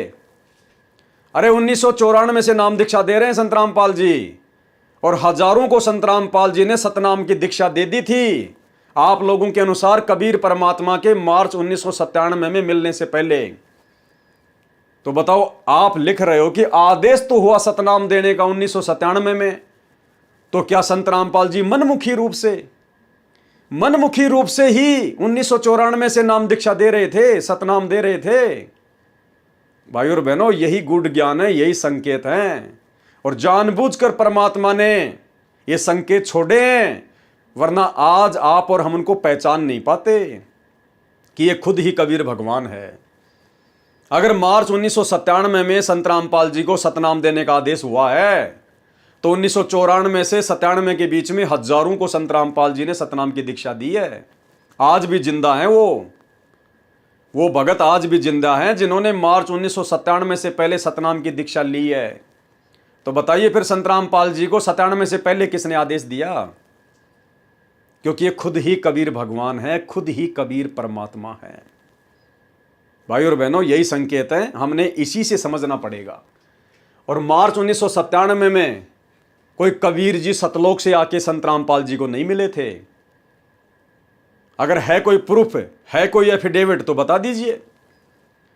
अरे संत रामपाल जी तो बिना सबूत के कोई बात करते ही नहीं है, उनकी खासियत है। अगर मार्च 1997 में उनको सतलोक से आकर कबीर भगवान मिले थे तो कोई प्रमाण है इसका, कोई सबूत है इसका? अरे खुद कबीर भगवान किसको मिलेगा? और खुद को चाहे 72 बार मिले, उनकी मौज उनकी मर्जी। जैसे काशी के भंडारे में खुद ही केशव बंजारा बन के आ गया, दूसरा रूप बना के आ गया परमात्मा, तो इसी प्रकार इनकी मौज परमात्मा की। ये तो खुद ही कबीर परमात्मा है, इनको भला दूसरा परमात्मा कौन आके मिलेगा? क्या दो दो परमात्मा होते हैं सृष्टि में? तो ये सारे संकेत हैं भाई और बहनों, संकेत। गुरुदेव अपने आप को छुपाते हुए अपना ज्ञान प्रचार करने के लिए अपने आप को परमात्मा से भिन्न दर्शाते हुए इस प्रकार की बातें लिख रहे हैं। लेकिन हमने उनके तत्व ज्ञान को आधार बनाकर अपने परमेश्वर की, अपने गुरुदेव भगवान की वास्तविक स्थिति को पहचानना पड़ेगा। दिन के 10 बजे जिंदा महात्मा के रूप में सतलोक से आकर संत रामपाल दास जी महाराज को सतनाम तथा सारनाम दान करने का आदेश देकर अंतर ध्यान हो गए। अब भाई और बहनों, दास ने पहले भी कहा था कि जब तक कोई भगत अपने गुरुजी के आशीर्वाद से अपने गुरुजी की ही वास्तविक स्थिति से परिचित नहीं होगा, जब तक उस भगत का ये कंसेप्ट क्लियर नहीं होगा कि उसके गुरुजी कबीर जी है या कबीर जी के द्वारा भेजे गए कोई संत हैं, तब तक वो भगत गलतियां ही गलतियां करेगा। और ये लेखक गलतियां कर रहा है। पीछे तो लिख रहा है कि सत्य पुरुष के अवतारों की जानकारी, कि सत्य पुरुष पूर्ण ब्रह्म परमात्मा परम अक्षर ब्रह्म खुद ही सतलोक से सशरीर प्रकट होता है। और यहां लिख रहा है कि संत रामपाल जी को कबीर जी ने भेजा था, उनको आके ज्ञान दिया था। और आगे इसी लेखक के हाथों से आपको लिखा हुआ दिखाएंगे कि संत रामपाल जी के रूप में कबीर जी खुद ही धरती पे प्रकट हैं। इस भाई का कोई सिर पैर ही नहीं है, सिर पैर ही। लेकिन हमने अपनी मतलब की चीजें निकाल लेनी है। परमात्मा ने उस भाई को निमित्त बना के या जैसे भी अपनी वास्तविक स्थिति के बारे में सच्चाई लिखवा दी। अब जो हमारे मतलब की चीज है, जो हमारे विश्वास को बढ़ाएगी, उसको हम पकड़ लेंगे। और बाकी चीजें जो हमारे गुरुजी को परमात्मा साबित ना करे, वो लेखक की अपनी छोटी सोच है, उनको हम छोड़ देंगे। संत रामपाल दास जी महाराज भी परमेश्वर परम अक्षर ब्रह्म के उन अवतारों में से एक है जो आध्यात्मिक ज्ञान के द्वारा अधर्म का नाश करते हैं। यानी यहां तो लेखक ने संत रामपाल जी को कबीर जी से भिन्न साबित कर दिया। क्या कह रहे हैं? संत रामपाल दास जी भी परमेश्वर परम अक्षर ब्रह्म के उन अवतारों में से एक हैं। यानी जैसे धर्मदास जी थे, मलुक दास जी थे, गीसा दास जी थे, यानी उन अवतारों की तरह एक अवतार है, एक जीव है। उन अवतारों में से एक हैं जो आध्यात्मिक ज्ञान के द्वारा अधर्म का नाश करते हैं। अब विश्व में शांति होगी, सर्वधर्म तथा पंथों के व्यक्ति एक होकर आपस में प्रेम से रहेंगे। पहले तुम तो रहना सीख लो आपस में प्यार प्रेम से। सत्सेवकों को लठ मारते हो, गालियां निकालते हो, मुकदमे करते हो, दुनिया को शिक्षा दे रहे हो। सर्वधर्म तथा पंथों के व्यक्ति एक होकर आपस में प्रेम से रहा रहेंगे। लेकिन कब? जब अपने गुरुदेव की वास्तविक स्थिति से परिचित हो जाएंगे, साध संगतियों के माध्यम से। राजनेता निरभिमानी, न्यायकारी तथा परमात्मा से डरकर कार्य करने वाले होंगे, क्योंकि आने वाले समय में राजनेता भी संत रामपाल जी के भगत होंगे। इसलिए उनमें कोई अभिमान नहीं होगा, न्यायकारी होंगे तथा अपने गुरुदेव सतगुरु रामपाल जी परमात्मा से डरकर कार्य करने वाले होंगे। जनता के सेवक बनकर निष्पक्ष कार्य किया करेंगे। धरती पर पुनः सतयुग जैसी स्थिति होगी। वर्तमान में धरती पर वह अवतार संत रामपाल दास जी हैं। अब घर घर में परमेश्वर के ज्ञान की चर्चा होगी। तुम लोग कहाँ ज्ञान की चर्चा करने दे रहे हो? हम साथ संगत वाले भाई बहन साथ संगतियां रखवाते हैं, मालिक की चर्चा करते हैं, तुम लोग लड़ाई करते हो, झगड़ा करते हो और बात कर रहे हो घर घर में ज्ञान प्रचार की। तो होगी चर्चा घर घर में, लेकिन कब? जब सारी संगत साथ संगतियों से जुड़ जाएगी, अपने गुरुजी के बारे में जान जाएगी, जब मैनेजमेंट की कुसंगति से बाहर निकल जाएगी, उसके बाद।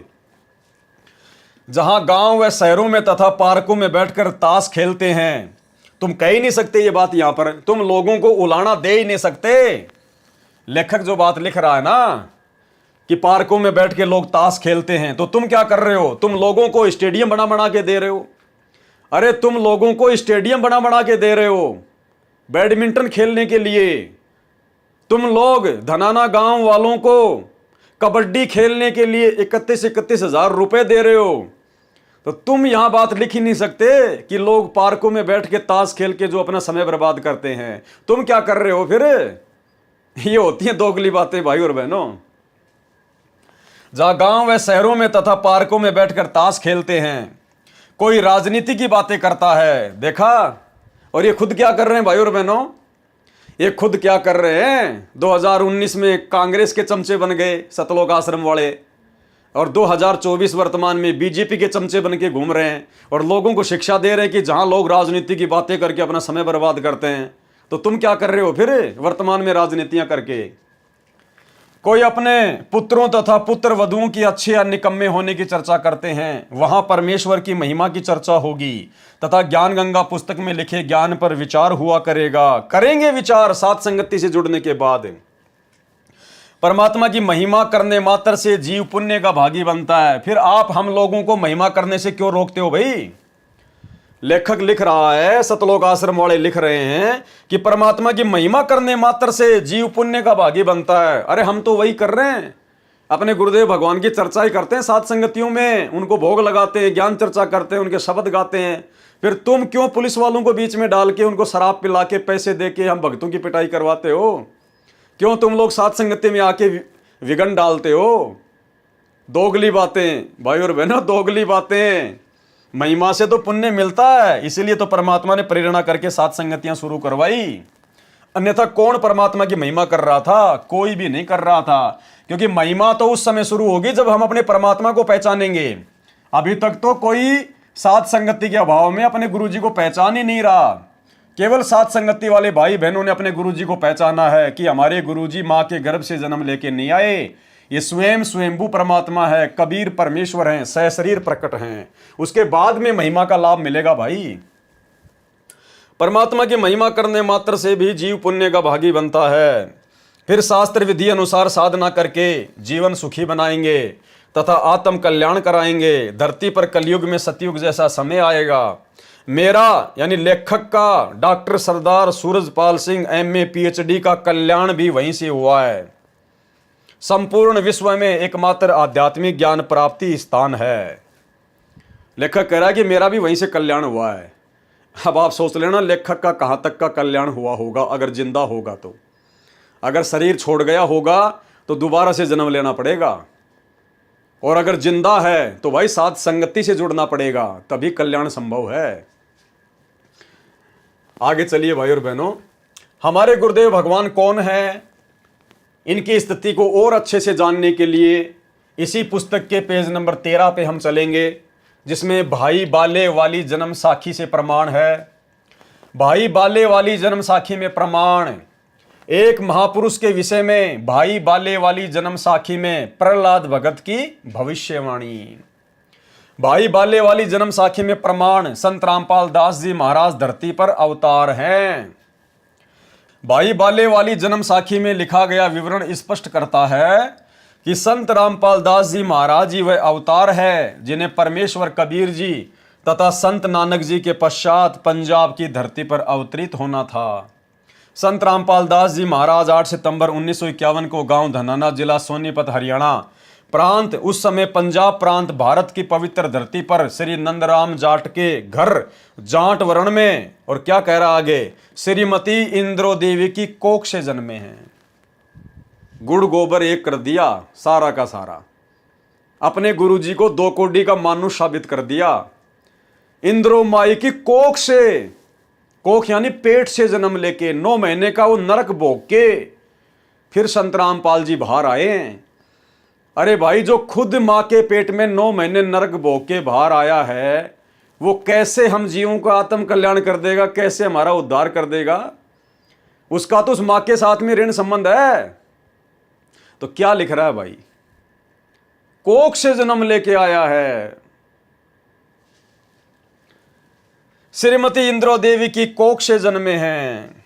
और आगे क्या लिखेगा देखना आप, आगे संत रामपाल जी को खुद ही कबीर घोषित करेगा कि संत रामपाल जी ही कबीर जी हैं और सशरीर आए हैं। अगर संत रामपाल जी ही कबीर जी हैं और सशरीर धरती पर आए हैं तो फिर माँ की कोख से कौन आया भाई? तो भाई और बहनों, जब तक भगत अपने गुरु जी की वास्तविक परमात्मा वाली स्थिति से परिचित नहीं होगा वो उवा बाई बकेगा, उवा बाई। इसीलिए परमात्मा ने दास की ड्यूटी लगाई है ताकि इन पुस्तकों में से निष्कर्ष निकाल के और भाई बहनों तक पहुंचाया जा सके वीडियो के माध्यम से। इस विषय में जन्म साखी भाई बाले वाली हिंदी वाली में, जिसके प्रकाशक हैं भाई जवाहर सिंह कृपाल सिंह एंड कंपनी, पुस्तकों वाले बाजार, माई सेवा, अमृतसर पंजाब तथा पंजाबी गली के प्रकाशक हैं भाई जवाहर सिंह कृपाल सिंह, पुस्तक वाले गली नंबर 8, बाग रामानंद, अमृतसर पंजाब। इसमें लिखा है, अमर लेख इस प्रकार है। एक समय भाई बाला तथा मर्दाना को साथ लेकर सतगुरु नानक जी भगत प्रहलाद जी के लोक में गए, जो पृथ्वी से कई लाख कोस दूर अंतरिक्ष में है। प्रहलाद ने कहा, हे नानक जी, आपको परमात्मा ने दिव्य दृष्टि दी तथा कलयुग में बड़ा भगत बनाया है। आपका कलयुग में बहुत प्रताप होगा। कौन कह रहा है? भगत प्रहलाद जी कह रहे हैं।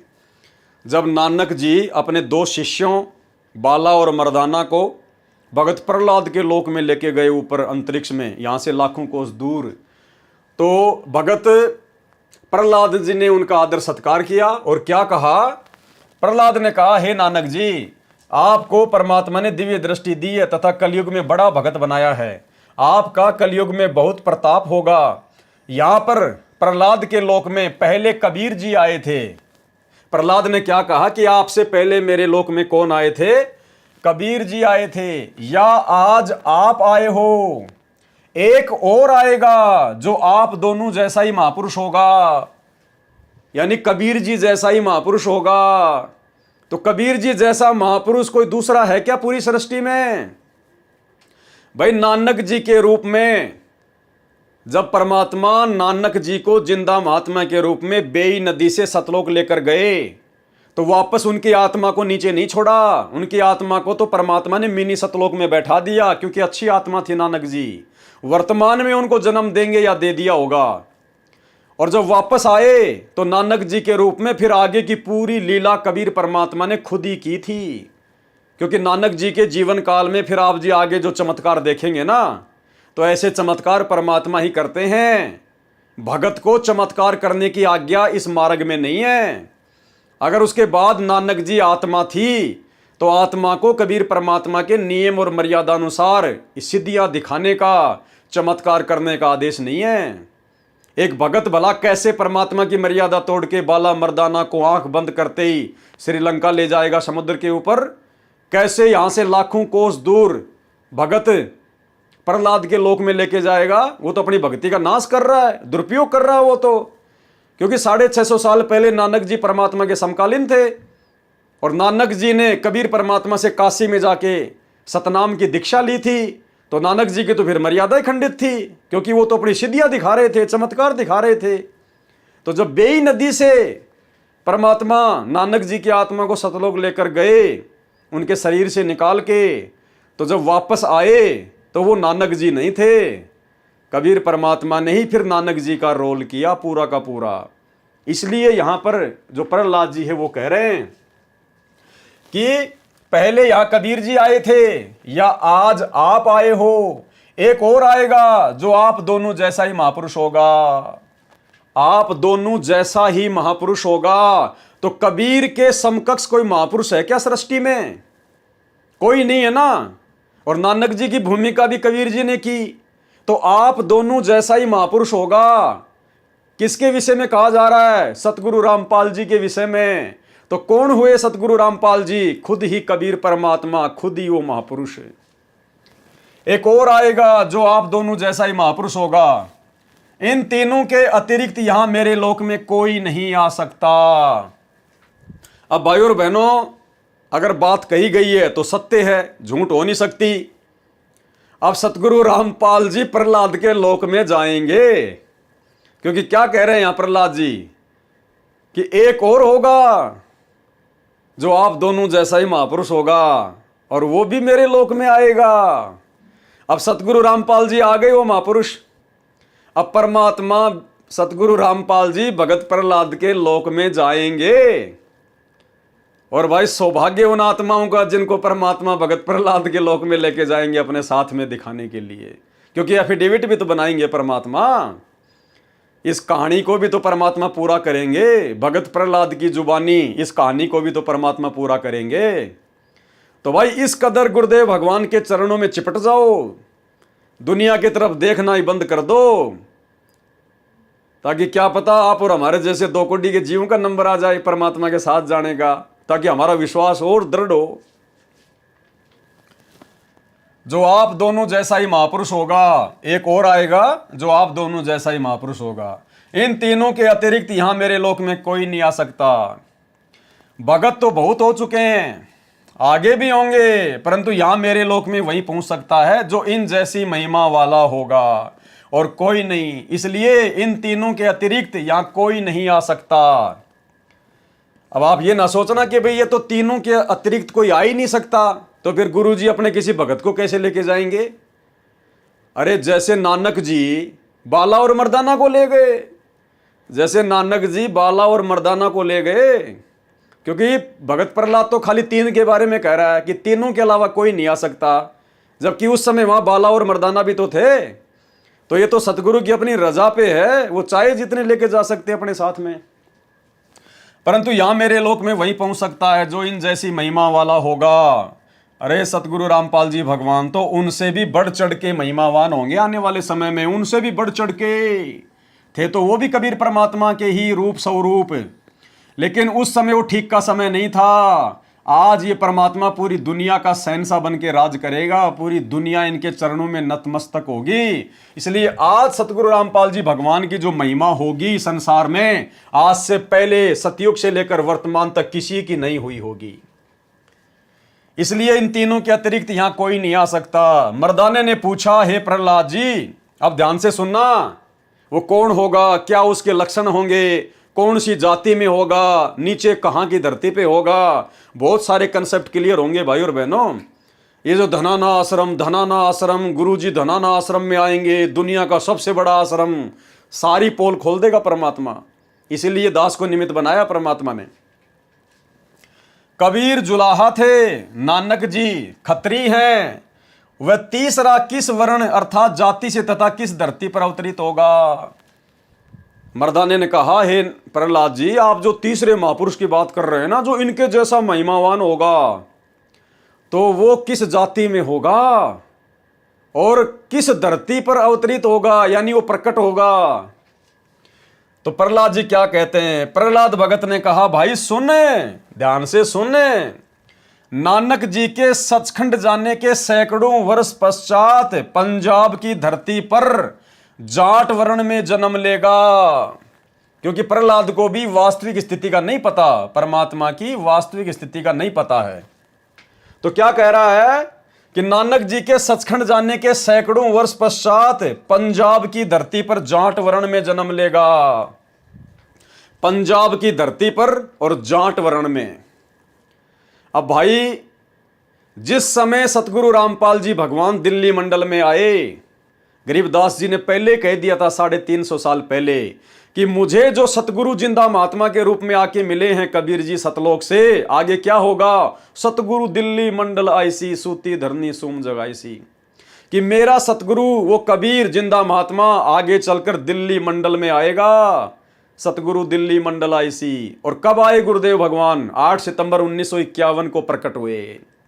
और 8 सितंबर 1951 के समय, जिस समय परमात्मा गांव धनाना में प्रकट हुए, उस समय हरियाणा प्रांत नहीं बना था। ये हरियाणा प्रांत पूरा ये पंजाब की धरती थी, पूरी पंजाब की धरती। ये हरियाणा प्रांत बना है 1966 में। हरियाणा प्रांत कब बना? 1966 में। और सतगुरु रामपाल जी भगवान कब प्रकट हुए? 1951 में। तो जिस समय गुरुजी आए थे भारतवर्ष की धरती पर गांव धनाना में, उस समय ये पंजाब की धरती थी, ना कि हरियाणा की। तो भगत प्रहलाद की बातें सत्य हो गई? नानक जी के सचखंड जाने के सैकड़ों वर्ष पश्चात पंजाब की धरती पर जाट वर्ण में जन्म लेगा। और कौन से वर्ण में आए परमात्मा? जाट वर्ण में आ गए। सतगुरु रामपाल जी भगवान की सांसारिक दृष्टिकोण से कौन सी जाति मानी जाती है? जाट वर्ण। जबकि भगवान की कोई जाति वाति नहीं होती है, लेकिन परमात्मा कलयुग में अगर लीला करेगा तो फिर पूरी करेगा। तो परमात्मा पंजाब की धरती पर आए 8 सितंबर 1951 में सतगुरु रामपाल जी भगवान, और जाट वर्ण में ही आए। दोनों बातें सिद्ध हो गई। और तीसरी बात क्या है? तथा उसका प्रचार क्षेत्र शहर बरवाला होगा। यहां पर गलती से लेखक ने लिख रखा था बटाला, जो कि मिसप्रिंट हो गया था। परमात्मा ने इसको शुद्ध कर दिया। उसका प्रचार प्रसार क्षेत्र क्या होगा? बरवाला। यदि कोई ये कहे कि साहब वहां तो बटाला लिखा हुआ था, तो भाई पंजाब के बटाला शहर में आज तक कोई भी जाट वर्ण में साधु संत महात्मा पैदा नहीं हुआ। इसलिए गुरुदेव भगवान तो अंतर्यामी है, ये तो परमात्मा, इन्हें तो सब पता है। काल ने तो रोड़ा अटकाना था, मिसप्रिंट करवाना था। और उस समय बरवाड़ा कोई ज्यादा जो है बल्कि पॉपुलर नहीं था। इसलिए लेखक ने भाई बाले वाली जन्म साखी में बरवाड़ा की जगह जो है वो बटाला लिख दिया, क्योंकि बटाला से वो जो है वो परिचित था। लेकिन अब संत रामपाल जी ने बताया कि अपने सत्संगों में अब इसको शुद्ध किया है कि ये बटाला नहीं बरवाला है, बरवाला। तो मर्दाना जी ने क्या कहा? जब उनकी 2 भविष्यवाणियां सत्य सिद्ध हो गई कि वो महापुरुष पंजाब की धरती पे आएगा और जाट वर्ण में होगा, तो गुरुजी पंजाब की धरती पर आए और जाट वर्ण में आए लीला करने के लिए। अब तीसरी फैल कैसे हो जाएगी कि उस महापुरुष का प्रचार क्षेत्र क्या होगा? बरवाला। और ये धनाना धनाना धनाना, ये भविष्यवाणियों के अनुसार है। ये लेख संत रामपाल जी का असली जो आश्रम है, भविष्यवाणियों के अनुसार बरवाला ही रहेगा। अगर हरियाणा में संत रामपाल जी रहेंगे तो बरवाला आश्रम में ही रहेंगे। धनाना फनाना कुछ नहीं है, ये तो अपने धार्मिक धंधे के लिए खोल दिए उनके परिवार ने। ये भविष्यवाणियां क्या कह रही है, ये झूठी नहीं हो सकती। लेकिन ये लोग इन भविष्यवाणियों को जान नहीं पाए, समझ नहीं पाए। गुरुदेव के परिवार वाले, उनके बेटा बेटी भाई बंधु मान बड़ाई अहंकार में आके ये इन चीजों को समझ नहीं पाए, जान नहीं पाए। जब अपने गुरुजी को नहीं पहचान पाए तो उनकी पुस्तकों में लिखे गए गहरे रहस्यों को कहां से समझ पाएंगे? तो ये तो संगत को मूर्ख बनाया जा रहा है। ज्योति पाठ और दान धर्म के नाम पर, लड्डू जलेबी बर्फी के नाम पर, अपने धार्मिक धंधे के लिए धनाना धनाना धनाना। ये बरवाला है, बरवाला। ये पुस्तक धरती पर अवतार, पेज नंबर 13, उसमें नीचे जाके देख लेना। तथा उसका प्रचार क्षेत्र शहर बरवाला होगा। लेख समाप्त। विवेचन करो। अब कोई भाई बहन ये कहे कि वो तीसरे महापुरुष के बारे में जो लिखा गया है वो तो कबीर जी के बारे में लिखा गया है, और 1997 में आए थे कबीर जी, संत रामपाल जी को मिले थे, तो वो तो कबीर जी के लिए है। तो कबीर जी जो 1997 में आए थे वो कौन सा जाट जाति में थे? अरे वो जाट जाति में आए थे क्या? वो तो जुलाहा जाति में आए थे 650 साल पहले। और 1997 में वो किसी जाति में आए नहीं। तो यहाँ तो जाट वर्ण की बात कही गई है। तो 1997 वाला 5 मिनट के लिए आने वाला वो कबीर आप लोगों के अनुसार वो कौन सी जाट जाति में था? और जब वो आया 1997 में आप लोगों के अनुसार, तो कहाँ आया? कहाँ आया? उस समय तो बरवाला आश्रम बना ही नहीं था, और ना कभी वो बटाला गया। तो ये किसके लिए कहा जा रहा है? सतगुरु रामपाल जी के लिए कहा है प्रहलाद जी ने। विवेचन। संत रामपाल दास जी महाराज वही अवतार हैं जो अन्य परमाणु के साथ साथ जन्म साखी में लिखे वर्णन पर खरे उतरते हैं। जन्म साखी में 100 वर्ष के पश्चात लिखा है, यहां पर सैकड़ों वर्ष पश्चात कहा गया था, जिसको पंजाबी भाषा में लिखते समय 100 वर्ष की जगह लिख दिया, क्योंकि मर्दाना ने पूछा था कि वह कौन से युग में नजदीक ही आएगा। तब भगत प्रहलाद ने कहा कि श्री नानक जी के सैकड़ों वर्ष पश्चात कलयुग में ही वह संत जाट वर्ण में जन्म लेगा। सतयुग त्रेता द्वापर की तो बात वो क्यों करेंगे, जब आगे अभी ये कलयुग शेष है तो भैया वो कलयुग की बात करेंगे। तो इसी समय के लिए कहा था, कलयुग में ही वह संत जाट वर्ण में जन्म लेगा। इसलिए यहां शोक के स्थान पर सैकड़ों ही न्यायोचित है तथा प्रचार क्षेत्र बरवाला के स्थान पर बटाला लिखा गया है। इसके दो कारण हो सकते हैं कि शहर बरवाला जिला हिसार हरियाणा उस समय पंजाब प्रांत में सुप्रसिद्ध नहीं था तथा बटाला शहर पंजाब प्रांत में प्रसिद्ध था। लेखनकर्ता ने इस कारण से बरवाला के स्थान पर बटाला लिख दिया। दूसरा, प्रिंट करते समय बरवाले की जगह बटाले प्रिंट हो गया है। एक विशेष विचारणीय पहलू है कि पंजाब के बटाला शहर में कोई भी जाट संत नहीं हुआ जो इन महापुरुषों परमेश्वर कबीर देव जी व श्री नानक देव जी के समान महिमावान तथा इनके समान ज्ञानवान हुआ हो। अब कबीर जी के समान ज्ञानवान दूसरा कौन हो जाएगा भाई? कबीर जी के समान महिमावान और कबीर जी के समान ज्ञानवान कोई सृष्टि में दूसरा हो सकता है क्या? तो क्या लिखा जा रहा है यहां पर गुरुदेव भगवान के द्वारा हमारी आंखें खोलने के लिए कि जो इन महापुरुषों परमेश्वर कबीर देव जी व श्री नानक देव जी के समान महिमावान तथा इनके समान ज्ञानवान हुआ हो। तो कबीर जी के समान ज्ञानवान तो खुद कबीर जी हो सकता है, दूसरा कोई नहीं हो सकता। तो संत रामपाल जी खुद ही कबीर परमेश्वर हैं। इस आधार से तथा अन्य प्रमाणों के आधार से तथा इस जन्म साखी के आधार से स्पष्ट है कि तीसरे महापुरुष कौन है? संत रामपाल दास जी महाराज है। कौन कह रहा है? लेखक कह रहा है। मैं लेखक का नाम क्यों ले रहा हूं? क्योंकि यहां पर संत रामपाल दास जी महाराज नाम लिखा है। संत रामपाल जी कभी भी अपने नाम के आगे महाराज नहीं लिखेंगे, दास लिख सकते हैं। तथा इनका आध्यात्मिक ज्ञान भी इन दोनों महापुरुषों परमेश्वर कबीर जी तथा श्री नानक देव जी से मेल खाता है। आप देखेंगे दोनों फोटोकॉपी जो जन्म साखी भाई बाले वाली जो कि एक पंजाबी भाषा में है तथा दूसरी हिंदी में है जो कि पंजाबी भाषा से ही अनुवादित है। इसमें कुछ प्रकरण ठीक नहीं लिख पाए हैं। जैसे पंजाबी भाषा में लिखा है कि जो इस जी हाँ कोई होवेगा ता एथे पहुंचेगा, यानी इनके जैसा कोई होगा तो यहां पहुंचेगा। और दा एथे पहुंचने का काम नहीं, किसी और के यहां पहुंचने का काम नहीं है। परंतु हिंदी वाली जन्म साखी में यह विवरण नहीं है जो बहुत महत्वपूर्ण है। इससे सिद्ध है कि लिखते समय कुछ प्रकरण बदल जाता है। फिर भी ढेर सारे प्रमाण जो इस पुस्तक धरती पर अवतार में अन्य महापुरुषों के द्वारा संत रामपाल दास जी के विषय में कहे गए हैं वे भी इसी को प्रमाणित करते हैं। कहने का मतलब भाई और बहनों, हमारे गुरुदेव भगवान के ऊपर ये भविष्यवाणियां हैं, सारी की सारी बातें हैं और ये सारी बातें परमात्मा ने पुस्तकों में लिखी भी है, थोड़ा थोड़ा सत्संगों में भी जिक्र किया है, लेकिन पुस्तकों में परमात्मा ने संकेतों में ज्यादा लिख दिया ताकि समय आने पर मेरे बच्चे जब पुस्तक पढ़ेंगे, वीडियो बनाएंगे तो उनका विश्वास और दृढ़ होगा। विशेष यदि कोई ये कहे कि जन्म साखी में लिखी व्याख्या संत गरीबदास जी गांव छुड़ानी वाले के लिए है क्योंकि वे भी जाट जाति से थे तथा छुड़ानी गांव भी पहले पंजाब प्रांत के अंतर्गत आता था, ये भी उचित नहीं लगती है। क्योंकि संत गरीबदास जी ने अपनी अमृतवाणी असुर निकंदन रमैनी में कहा है कि सतगुरु दिल्ली मंडल आईसी। गरीबदास जी ने क्या कहा कि जो मेरा सतगुरु है, जो मुझे जिंदा महात्मा के रूप में छुड़ानी में आके मिला था, वही सतगुरु आगे चलकर दिल्ली मंडल में आएगा। दिल्ली मंडल यानी दिल्ली के आसपास के क्षेत्र में, तो गांव धनाना जिला सोनीपत हरियाणा दिल्ली मंडल में आता है।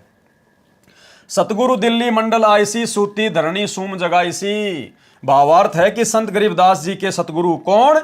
संत गरीबदास जी के सतगुरु पूज्य कबीर साहिब जी थे और वही आएगा दिल्ली मंडल में। तो कौन आए दिल्ली मंडल में? संत रामपाल जी। तो कौन हुए गरीबदास जी के सतगुरु कबीर जी? स्वयं सतगुरु रामपाल जी। सतगुरु दिल्ली मंडल आईसी सूती धरनी सुम जगाईसी। भावार्थ है कि संत गरीबदास जी के सतगुरु पूज्य कबीर साहिब जी थे। पुराना रोहतक जिला सोनीपत, रोहतक तथा झज्जर को मिलाकर एक जिला रोहतक था, दिल्ली मंडल में लगता था। यह किसी राजा के अधीन नहीं था, अंग्रेजों के शासनकाल में दिल्ली के अधीन था। संत गरीबदास जी ने स्पष्ट किया है कि सतगुरु यानी परमेश्वर, सतगुरु कौन? परमेश्वर कबीर जी दिल्ली मंडल में आएंगे। गरीबदास जी ने स्पष्ट कर दिया कि मेरे सतगुरु कबीर परमेश्वर जी। यहां पर कोष्टक में गुरुदेव ने नाम भी लिख दिया। गरीबदास जी के सतगुरु परमेश्वर कबीर जी दिल्ली मंडल में आएंगे। तो कौन आया है दिल्ली मंडल में? सतगुरु रामपाल जी। तो कौन हुए सतगुरु रामपाल जी? गरीबदास जी के सतगुरु स्वयं जिंदा महात्मा कबीर परमेश्वर हैं। संत गरीबदास जी ने स्पष्ट किया है कि सतगुरु परमेश्वर कबीर जी दिल्ली मंडल में आएंगे, भक्तिहीन प्राणियों को जगाएंगे, सत्य भक्ति कराएंगे। तो आज सत्य भक्ति कौन करा रहा भाई? केवल सतगुरु रामपाल जी। ध्यान रहे, कबीर सागर में काल के दूतों ने मिलावट करके सत्य को न जानकर अपनी अटकलबाजी से असत्य प्रमाण दिए हैं, जैसे थोड़ा थोड़ा लेखक ने भी दिया हुआ है। उसका नाश करने के लिए परमेश्वर कबीर जी ने अपने अंश अवतार संत गरीबदास जी द्वारा यथार्थ ज्ञान करवाया है, जो संत गरीबदास जी की अमृतवाणी रूप में है। अब देखो यहां पर क्या लिख दिया लेखक ने कि जो गरीबदास जी थे वो कबीर जी के अंश अवतार थे। अरे अंश अवतार तो ये काल भेजता है, आप जी खुद अपने हाथों से लिख रहे हो भाई। डॉक्टर सरदार सूरजपाल सिंह MA PhD, आपने पहले खुद लिखा कि अंश अवतार तो काल भेजता है, और यहां आप कह रहे हो कि कबीर जी ने गरीबदास जी को अपने अंश अवतार के रूप में भेजा। अरे गरीबदास जी के रूप में खुद ही कबीर परमात्मा थे, डबल रोल कर रहे थे भाई। आप जो भक्ति बोध पुस्तक से आरती करते हो, कभी करते हो क्या हाथ में लेकर भक्ति बोध? उसमें देखना शुरू में हमारी जो गुरु प्रणाली है उसमें केवल 3 महापुरुषों के नाम के आगे बंदी छोड़ लगता है।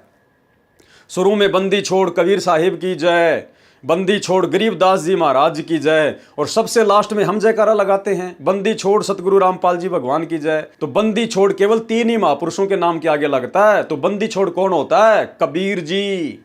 तो गरीबदास जी खुद ही कबीर जी थे, बंदी छोड़ थे, और कबीर साहब खुद ही हैं बंदी छोड़, और संत रामपाल जी वर्तमान में खुद ही कबीर जी हैं, इसलिए हम इनको बंदी छोड़ कहते हैं।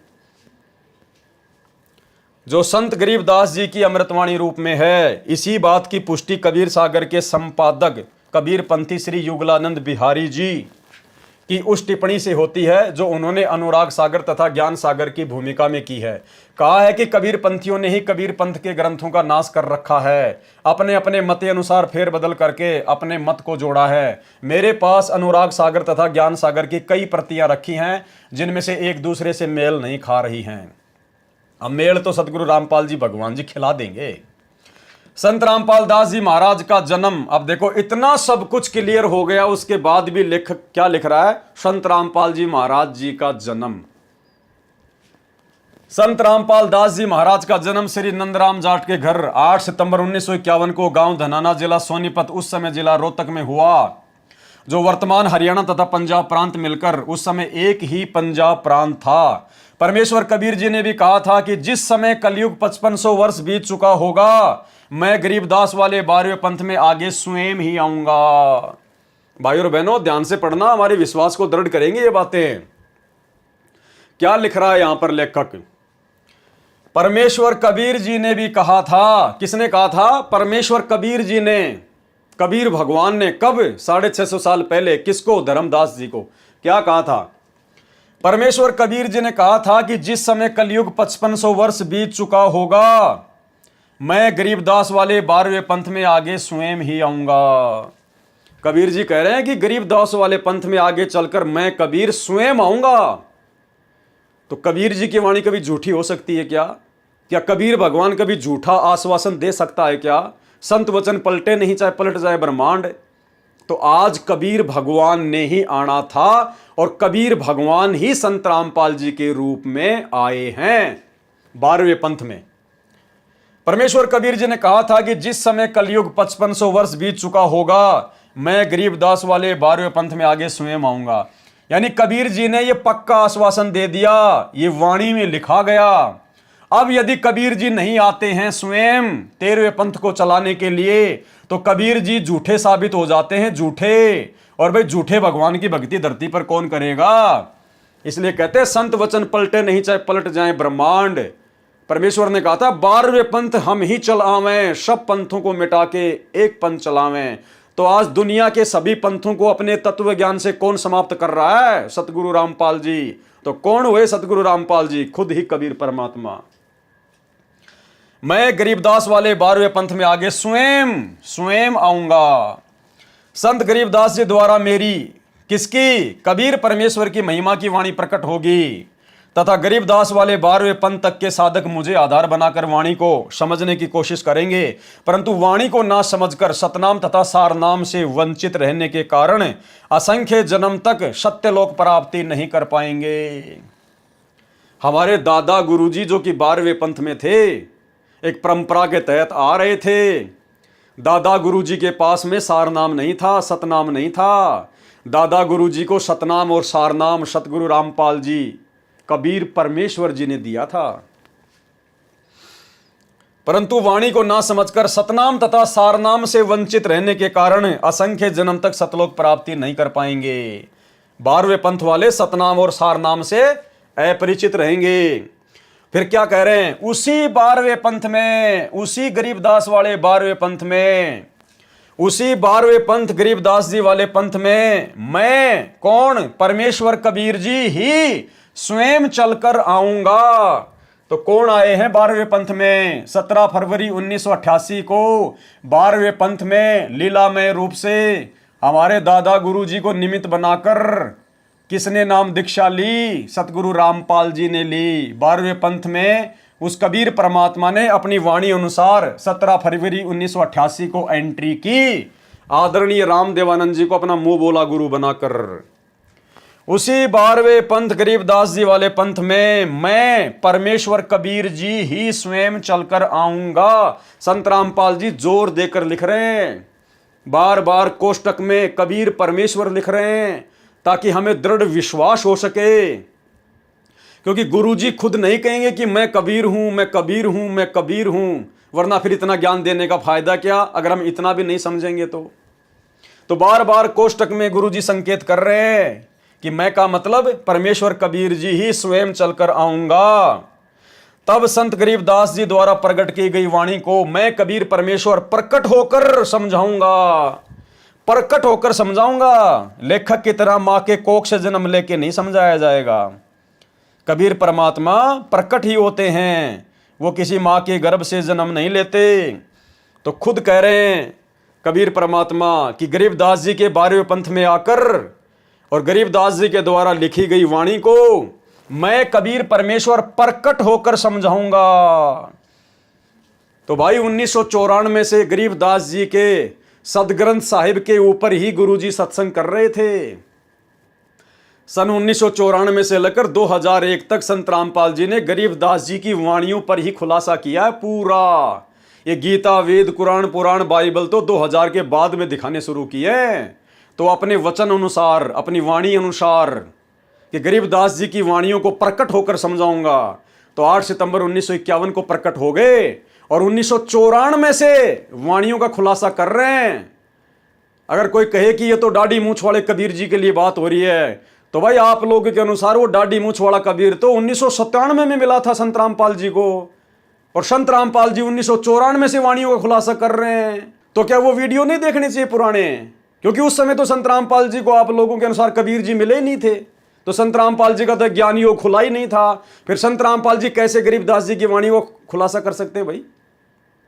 तो मेरे भाई समझो इस बात को, ये कबीर परमात्मा खुद ही है संत रामपाल जी के रूप में, जो सन 1994 से गरीबदास जी की वाणियों का खुलासा कर रहे हैं। वो ग्रंथ, जिस ग्रंथ साहिब में दुनिया की सभी भाषाओं का समावेश है, दुनिया की सभी भाषाएं, अरे कौन खोल सकता है? वही खोल सकता है जिसने लिखी है, वही खोल सकता है जो खुद सृष्टि का मालिक है। इस दुनिया के किसी भी प्राणी को विश्व की सभी भाषाओं का ज्ञान नहीं हो सकता। जबकि 1994 से उसी सदग्रंथ के ऊपर खुलासा कर रहे हैं, उन्हीं वाणियों के ऊपर। रोहतक के सत्संग, काठमंडी के सत्संग, जींद के सत्संग सुनना कभी ध्यान से। परमात्मा ने गरीबदास जी की पूरे विश्व की भाषाओं से लबालब, अरबी, फारसी, चीनी, अंग्रेजी, हिंदी, सभी भाषाओं के शब्दों का समावेश है। और खोल कौन रहा है? संत रामपाल जी भगवान। तो विश्व की सभी भाषाओं को कौन जान सकता है? कबीर परमात्मा। तो कौन हुए सतगुरु रामपाल जी भगवान? खुद कबीर परमात्मा। उसी 12वें पंथ गरीबदास जी वाले पंथ में मैं कबीर परमेश्वर ही स्वयं चलकर आऊंगा। तब संत गरीबदास जी द्वारा प्रकट की गई वाणी को मैं, बार बार कोष्टक में गुरुजी लिख रहे हैं, कबीर परमेश्वर प्रकट होकर समझाऊंगा। इंद्रोमाई की कोख से जन्म लेकर नहीं समझाऊंगा। कृपया प्रमाण के लिए देखें फोटोकॉपी जन्म साखी पंजाबी, गुरुमुखी पंजाबी भाषा वाली तथा हिंदी वाली दोनों में आप जी सहज में समझ सकते हो कि वास्तविकता क्या है। जन्म साखियों के प्रकाशक हैं भाई जवाहर सिंह कृपाल सिंह, अमृतसर पंजाब। प्रश्न, अब किसी ने सवाल किया भक्तों से। एक संस्कृत के विद्वान शास्त्री ने कहा कि आपके गुरु संत रामपाल दास जी महाराज संस्कृत नहीं पढ़े हैं। आप कहते हो कि उन्होंने श्रीमद् भगवत गीता का यथार्थ अनुवाद करके भक्तों को बताते हैं, ये कभी नहीं हो सकता। उत्तर क्या दिया? संत रामपाल दास जी महाराज के भगत ने उत्तर दिया, शास्त्री जी उसी को परमेश्वर का अवतार कहते हैं जो भाषा का ज्ञान न होते हुए यथार्थ अनुवाद कर दे, क्योंकि परमेश्वर सर्वज्ञ है। अब देखो यहां तो लिख दिया अवतार, सतगुरु रामपाल जी ने अपने आप को छुपा दिया। क्या कह रहे हैं कि उसी को परमेश्वर का अवतार कहते हैं जिसको भाषा का ज्ञान नहीं है, और फिर भी अनुवाद कर दिया। तो यहां तो सतगुरु रामपाल जी ने अपने आप को परमेश्वर का अवतार घोषित कर दिया, क्योंकि वो तो अपने आप को छुपाएंगे। गुरु जी तो अपने आप को छुपाकर ही ज्ञान प्रचार करेंगे। हर युग में इन्होंने ऐसा ही किया है। तो यहां तो परमात्मा ने अपने आप को छुपा दिया, और यहां क्या कह रहे? क्योंकि परमेश्वर सर्वज्ञ है। अनुवाद कौन कर रहा है? संत रामपाल जी। तो परमेश्वर कौन हुआ? सतगुरु रामपाल जी। क्योंकि परमेश्वर सर्वज्ञ हैं। अनुवाद कौन कर रहा है? सतगुरु रामपाल जी कर रहे हैं। तो क्या लिख दिया फिर आगे? अपनी स्थिति को स्पष्ट कर दिया, क्योंकि परमेश्वर सर्वज्ञ है, और जो सर्वज्ञ है वही सबका अनुवाद कर सकता है। उसको पढ़ने लिखने की आवश्यकता नहीं है। 650 साल पहले भी इसी कबीर परमात्मा सतगुरु रामपाल जी ने अनपढ़ की भूमिका निभाई थी। लोग कहते थे इसको संस्कृत नहीं आती, ये क्या जाने वेदों को, लेकिन ये तो परमेश्वर है, सर्वज्ञ है। इन्होंने तो एक झोटे राम को आशीर्वाद देके एक वैसे से, एक झोटे से संस्कृत के वेद बुलवा दिए। तो ये परमेश्वर क्या नहीं कर सकते? तो यह स्पष्ट कर दिया, सतगुरु रामपाल जी भगवान स्वयं परमेश्वर हैं, सर्वज्ञ है, क्योंकि परमेश्वर के अलावा कोई भी सर्वज्ञ नहीं हो सकता। सर्वज्ञ का मतलब होता है सब कुछ जानने वाला, जिसको सब कुछ ज्ञान हो। उन्हीं गुणों से युक्त उसका भेजा हुआ अवतार होता है। अरे कबीर जी कोई अवतार नहीं भेजते मेरे भाई, वह अवतार संत रामपाल दास जी महाराज जी हैं। भाई और बहनों, यहां पर जो ज्ञान है ना, ये जो लेखक है, इसने कहीं कहीं तो सतगुरु रामपाल जी भगवान का लेख उठा लिया, और कहीं कहीं इसने अपनी मनमुखी सोच से संत रामपाल जी को मां के गर्भ से जन्म लेकर आया हुआ मानकर अपने मते अनुसार इसने इस प्रकार की बातें लिखी हैं। तो हमने तो अपने मतलब की बातों को पकड़ना है। वह अवतार संत रामपाल दास जी महाराज है, और थोड़ी देर आगे दिखाएंगे आपको, थोड़ी देर बाद में आपको दिखाएंगे। लेखक खुद कह रहा है कि संत रामपाल जी खुद ही कबीर जी है, तो फिर अवतार कहां से आ गया भाई? वह अवतार संत रामपाल दास जी महाराज जी हैं। आप तो केवल वेदों और गीता के अनुवाद से अचंभित हैं। संत रामपाल दास जी महाराज ने तो बाइबल तथा कुरान को यथार्थ रूप में बताया है, जिसे ईसाई धर्म के वर्तमान के फादर व पादरी तथा मुसलमान धर्म के मुल्ला व काजी भी नहीं समझ सके। कृपया पढ़िए इसी पुस्तक के पेज नंबर 80 और 88 पर। कृपया देखें फोटोकॉपी जन्म साखी भाई बाले वाली हिंदी वाली के प्रश्न नंबर 305 की। जन्म साखी ये पूरा उसमें विवरण दिया गया है, जो नानक जी के रूप में कबीर परमात्मा बाला और मर्दाना को लेकर वहाँ गए थे। जो जन्म साखी भाई बाले वाली जो कि हिंदी में रूपांतरित है, उसमें पूरा लेख ये लिखा हुआ है। तो भाई और बहनों, आज के इस वीडियो में सतगुरु रामपाल जी परमेश्वर जी के आशीर्वाद से केवल इतना ही।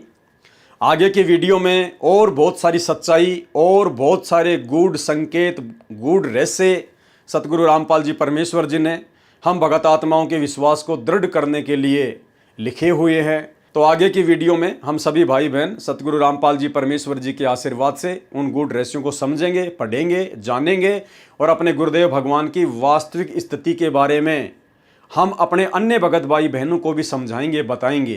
क्योंकि आप और हमारे ऊपर तो परमात्मा ने ये जितने भी सबूत और प्रमाण जो अब दिखाए जा रहे हैं, इन सबको देखे बिना ही परमात्मा ने हम सत्सेवकों के ऊपर तो पहले ही दया कर दी। हमने तो अपने गुरुदेव भगवान को पहचान लिया, जान लिया, लेकिन परमेश्वर ने हमें सेवा दी है कि हम अपने भटके हुए भाई बहनों को, जो भाई बहन सतलोक आश्रमों के पीछे अंधे होकर चल रहे हैं, हम उन भाई बहनों को समझाएं, उनके समझाने के लिए सोशल मीडिया का सदुपयोग करते हुए वीडियो बना बना के उन तक भेजें। जो अच्छी आत्मा होगी, जिसके संस्कार अच्छे होंगे, परमात्मा ने जिन पे दया करनी होगी, वो आत्मा उधर सतलोक आश्रम मैनेजमेंट हरियाणा की कुसंगति से हटकर इधर साध संगति में सुसंगति से जुड़ जाएंगी और अपने गुरुदेव भगवान को कबीर परमेश्वर के रूप में पहचान कर मर्यादित भक्ति करके अपना आत्म कल्याण करवाएंगी। तो ये बहुत बड़ी सेवा गुरुदेव भगवान ने आप और हमारे ऊपर बख्शी है। इस सेवा के लिए गुरुदेव भगवान का जितना धन्यवाद करें उतना कम है। तो भाई और बहनों, जिस प्रकार गुरुदेव दास को प्रेरणा करते हैं, दास अपनी वीडियो बनाने की सेवा में कोई गफलत नहीं कर रहा है। इसी प्रकार आप भाई बहनों को परमात्मा ने ज़्यादा से ज़्यादा इन वीडियो को शेयर करने की सेवा दी है और अपने नए नए यूट्यूब चैनल खोलकर, फेसबुक के पेज खोलकर और दास के चैनल से वीडियो डाउनलोड करके अपने अपने चैनल पर अपलोड करने की सेवा दी है। तो आप जी ने बिल्कुल भी ढिलाई नहीं बरतनी है। ये सेवा का मौका गुरुदेव भगवान के बाहर आने के बाद में नहीं मिलेगा। आपको तिनका उठाने की सेवा भी नहीं मिलेगी, तिनका उठाने की भी। तो आज मौका है, जितना लूट सकें सेवा लूट लें। तो आज के वीडियो में केवल इतना ही। कल परमात्मा के आशीर्वाद से फिर से हाजिर होंगे रात्रि 9 बजे फेसबुक पेज पवन दास इस लाइव के ऊपर। तब तक गुरुदेव भगवान हमें आज्ञा दें, आशीर्वाद दें, इजाज़त दें। बंदी छोड़ सतगुरु रामपाल जी भगवान की जय हो।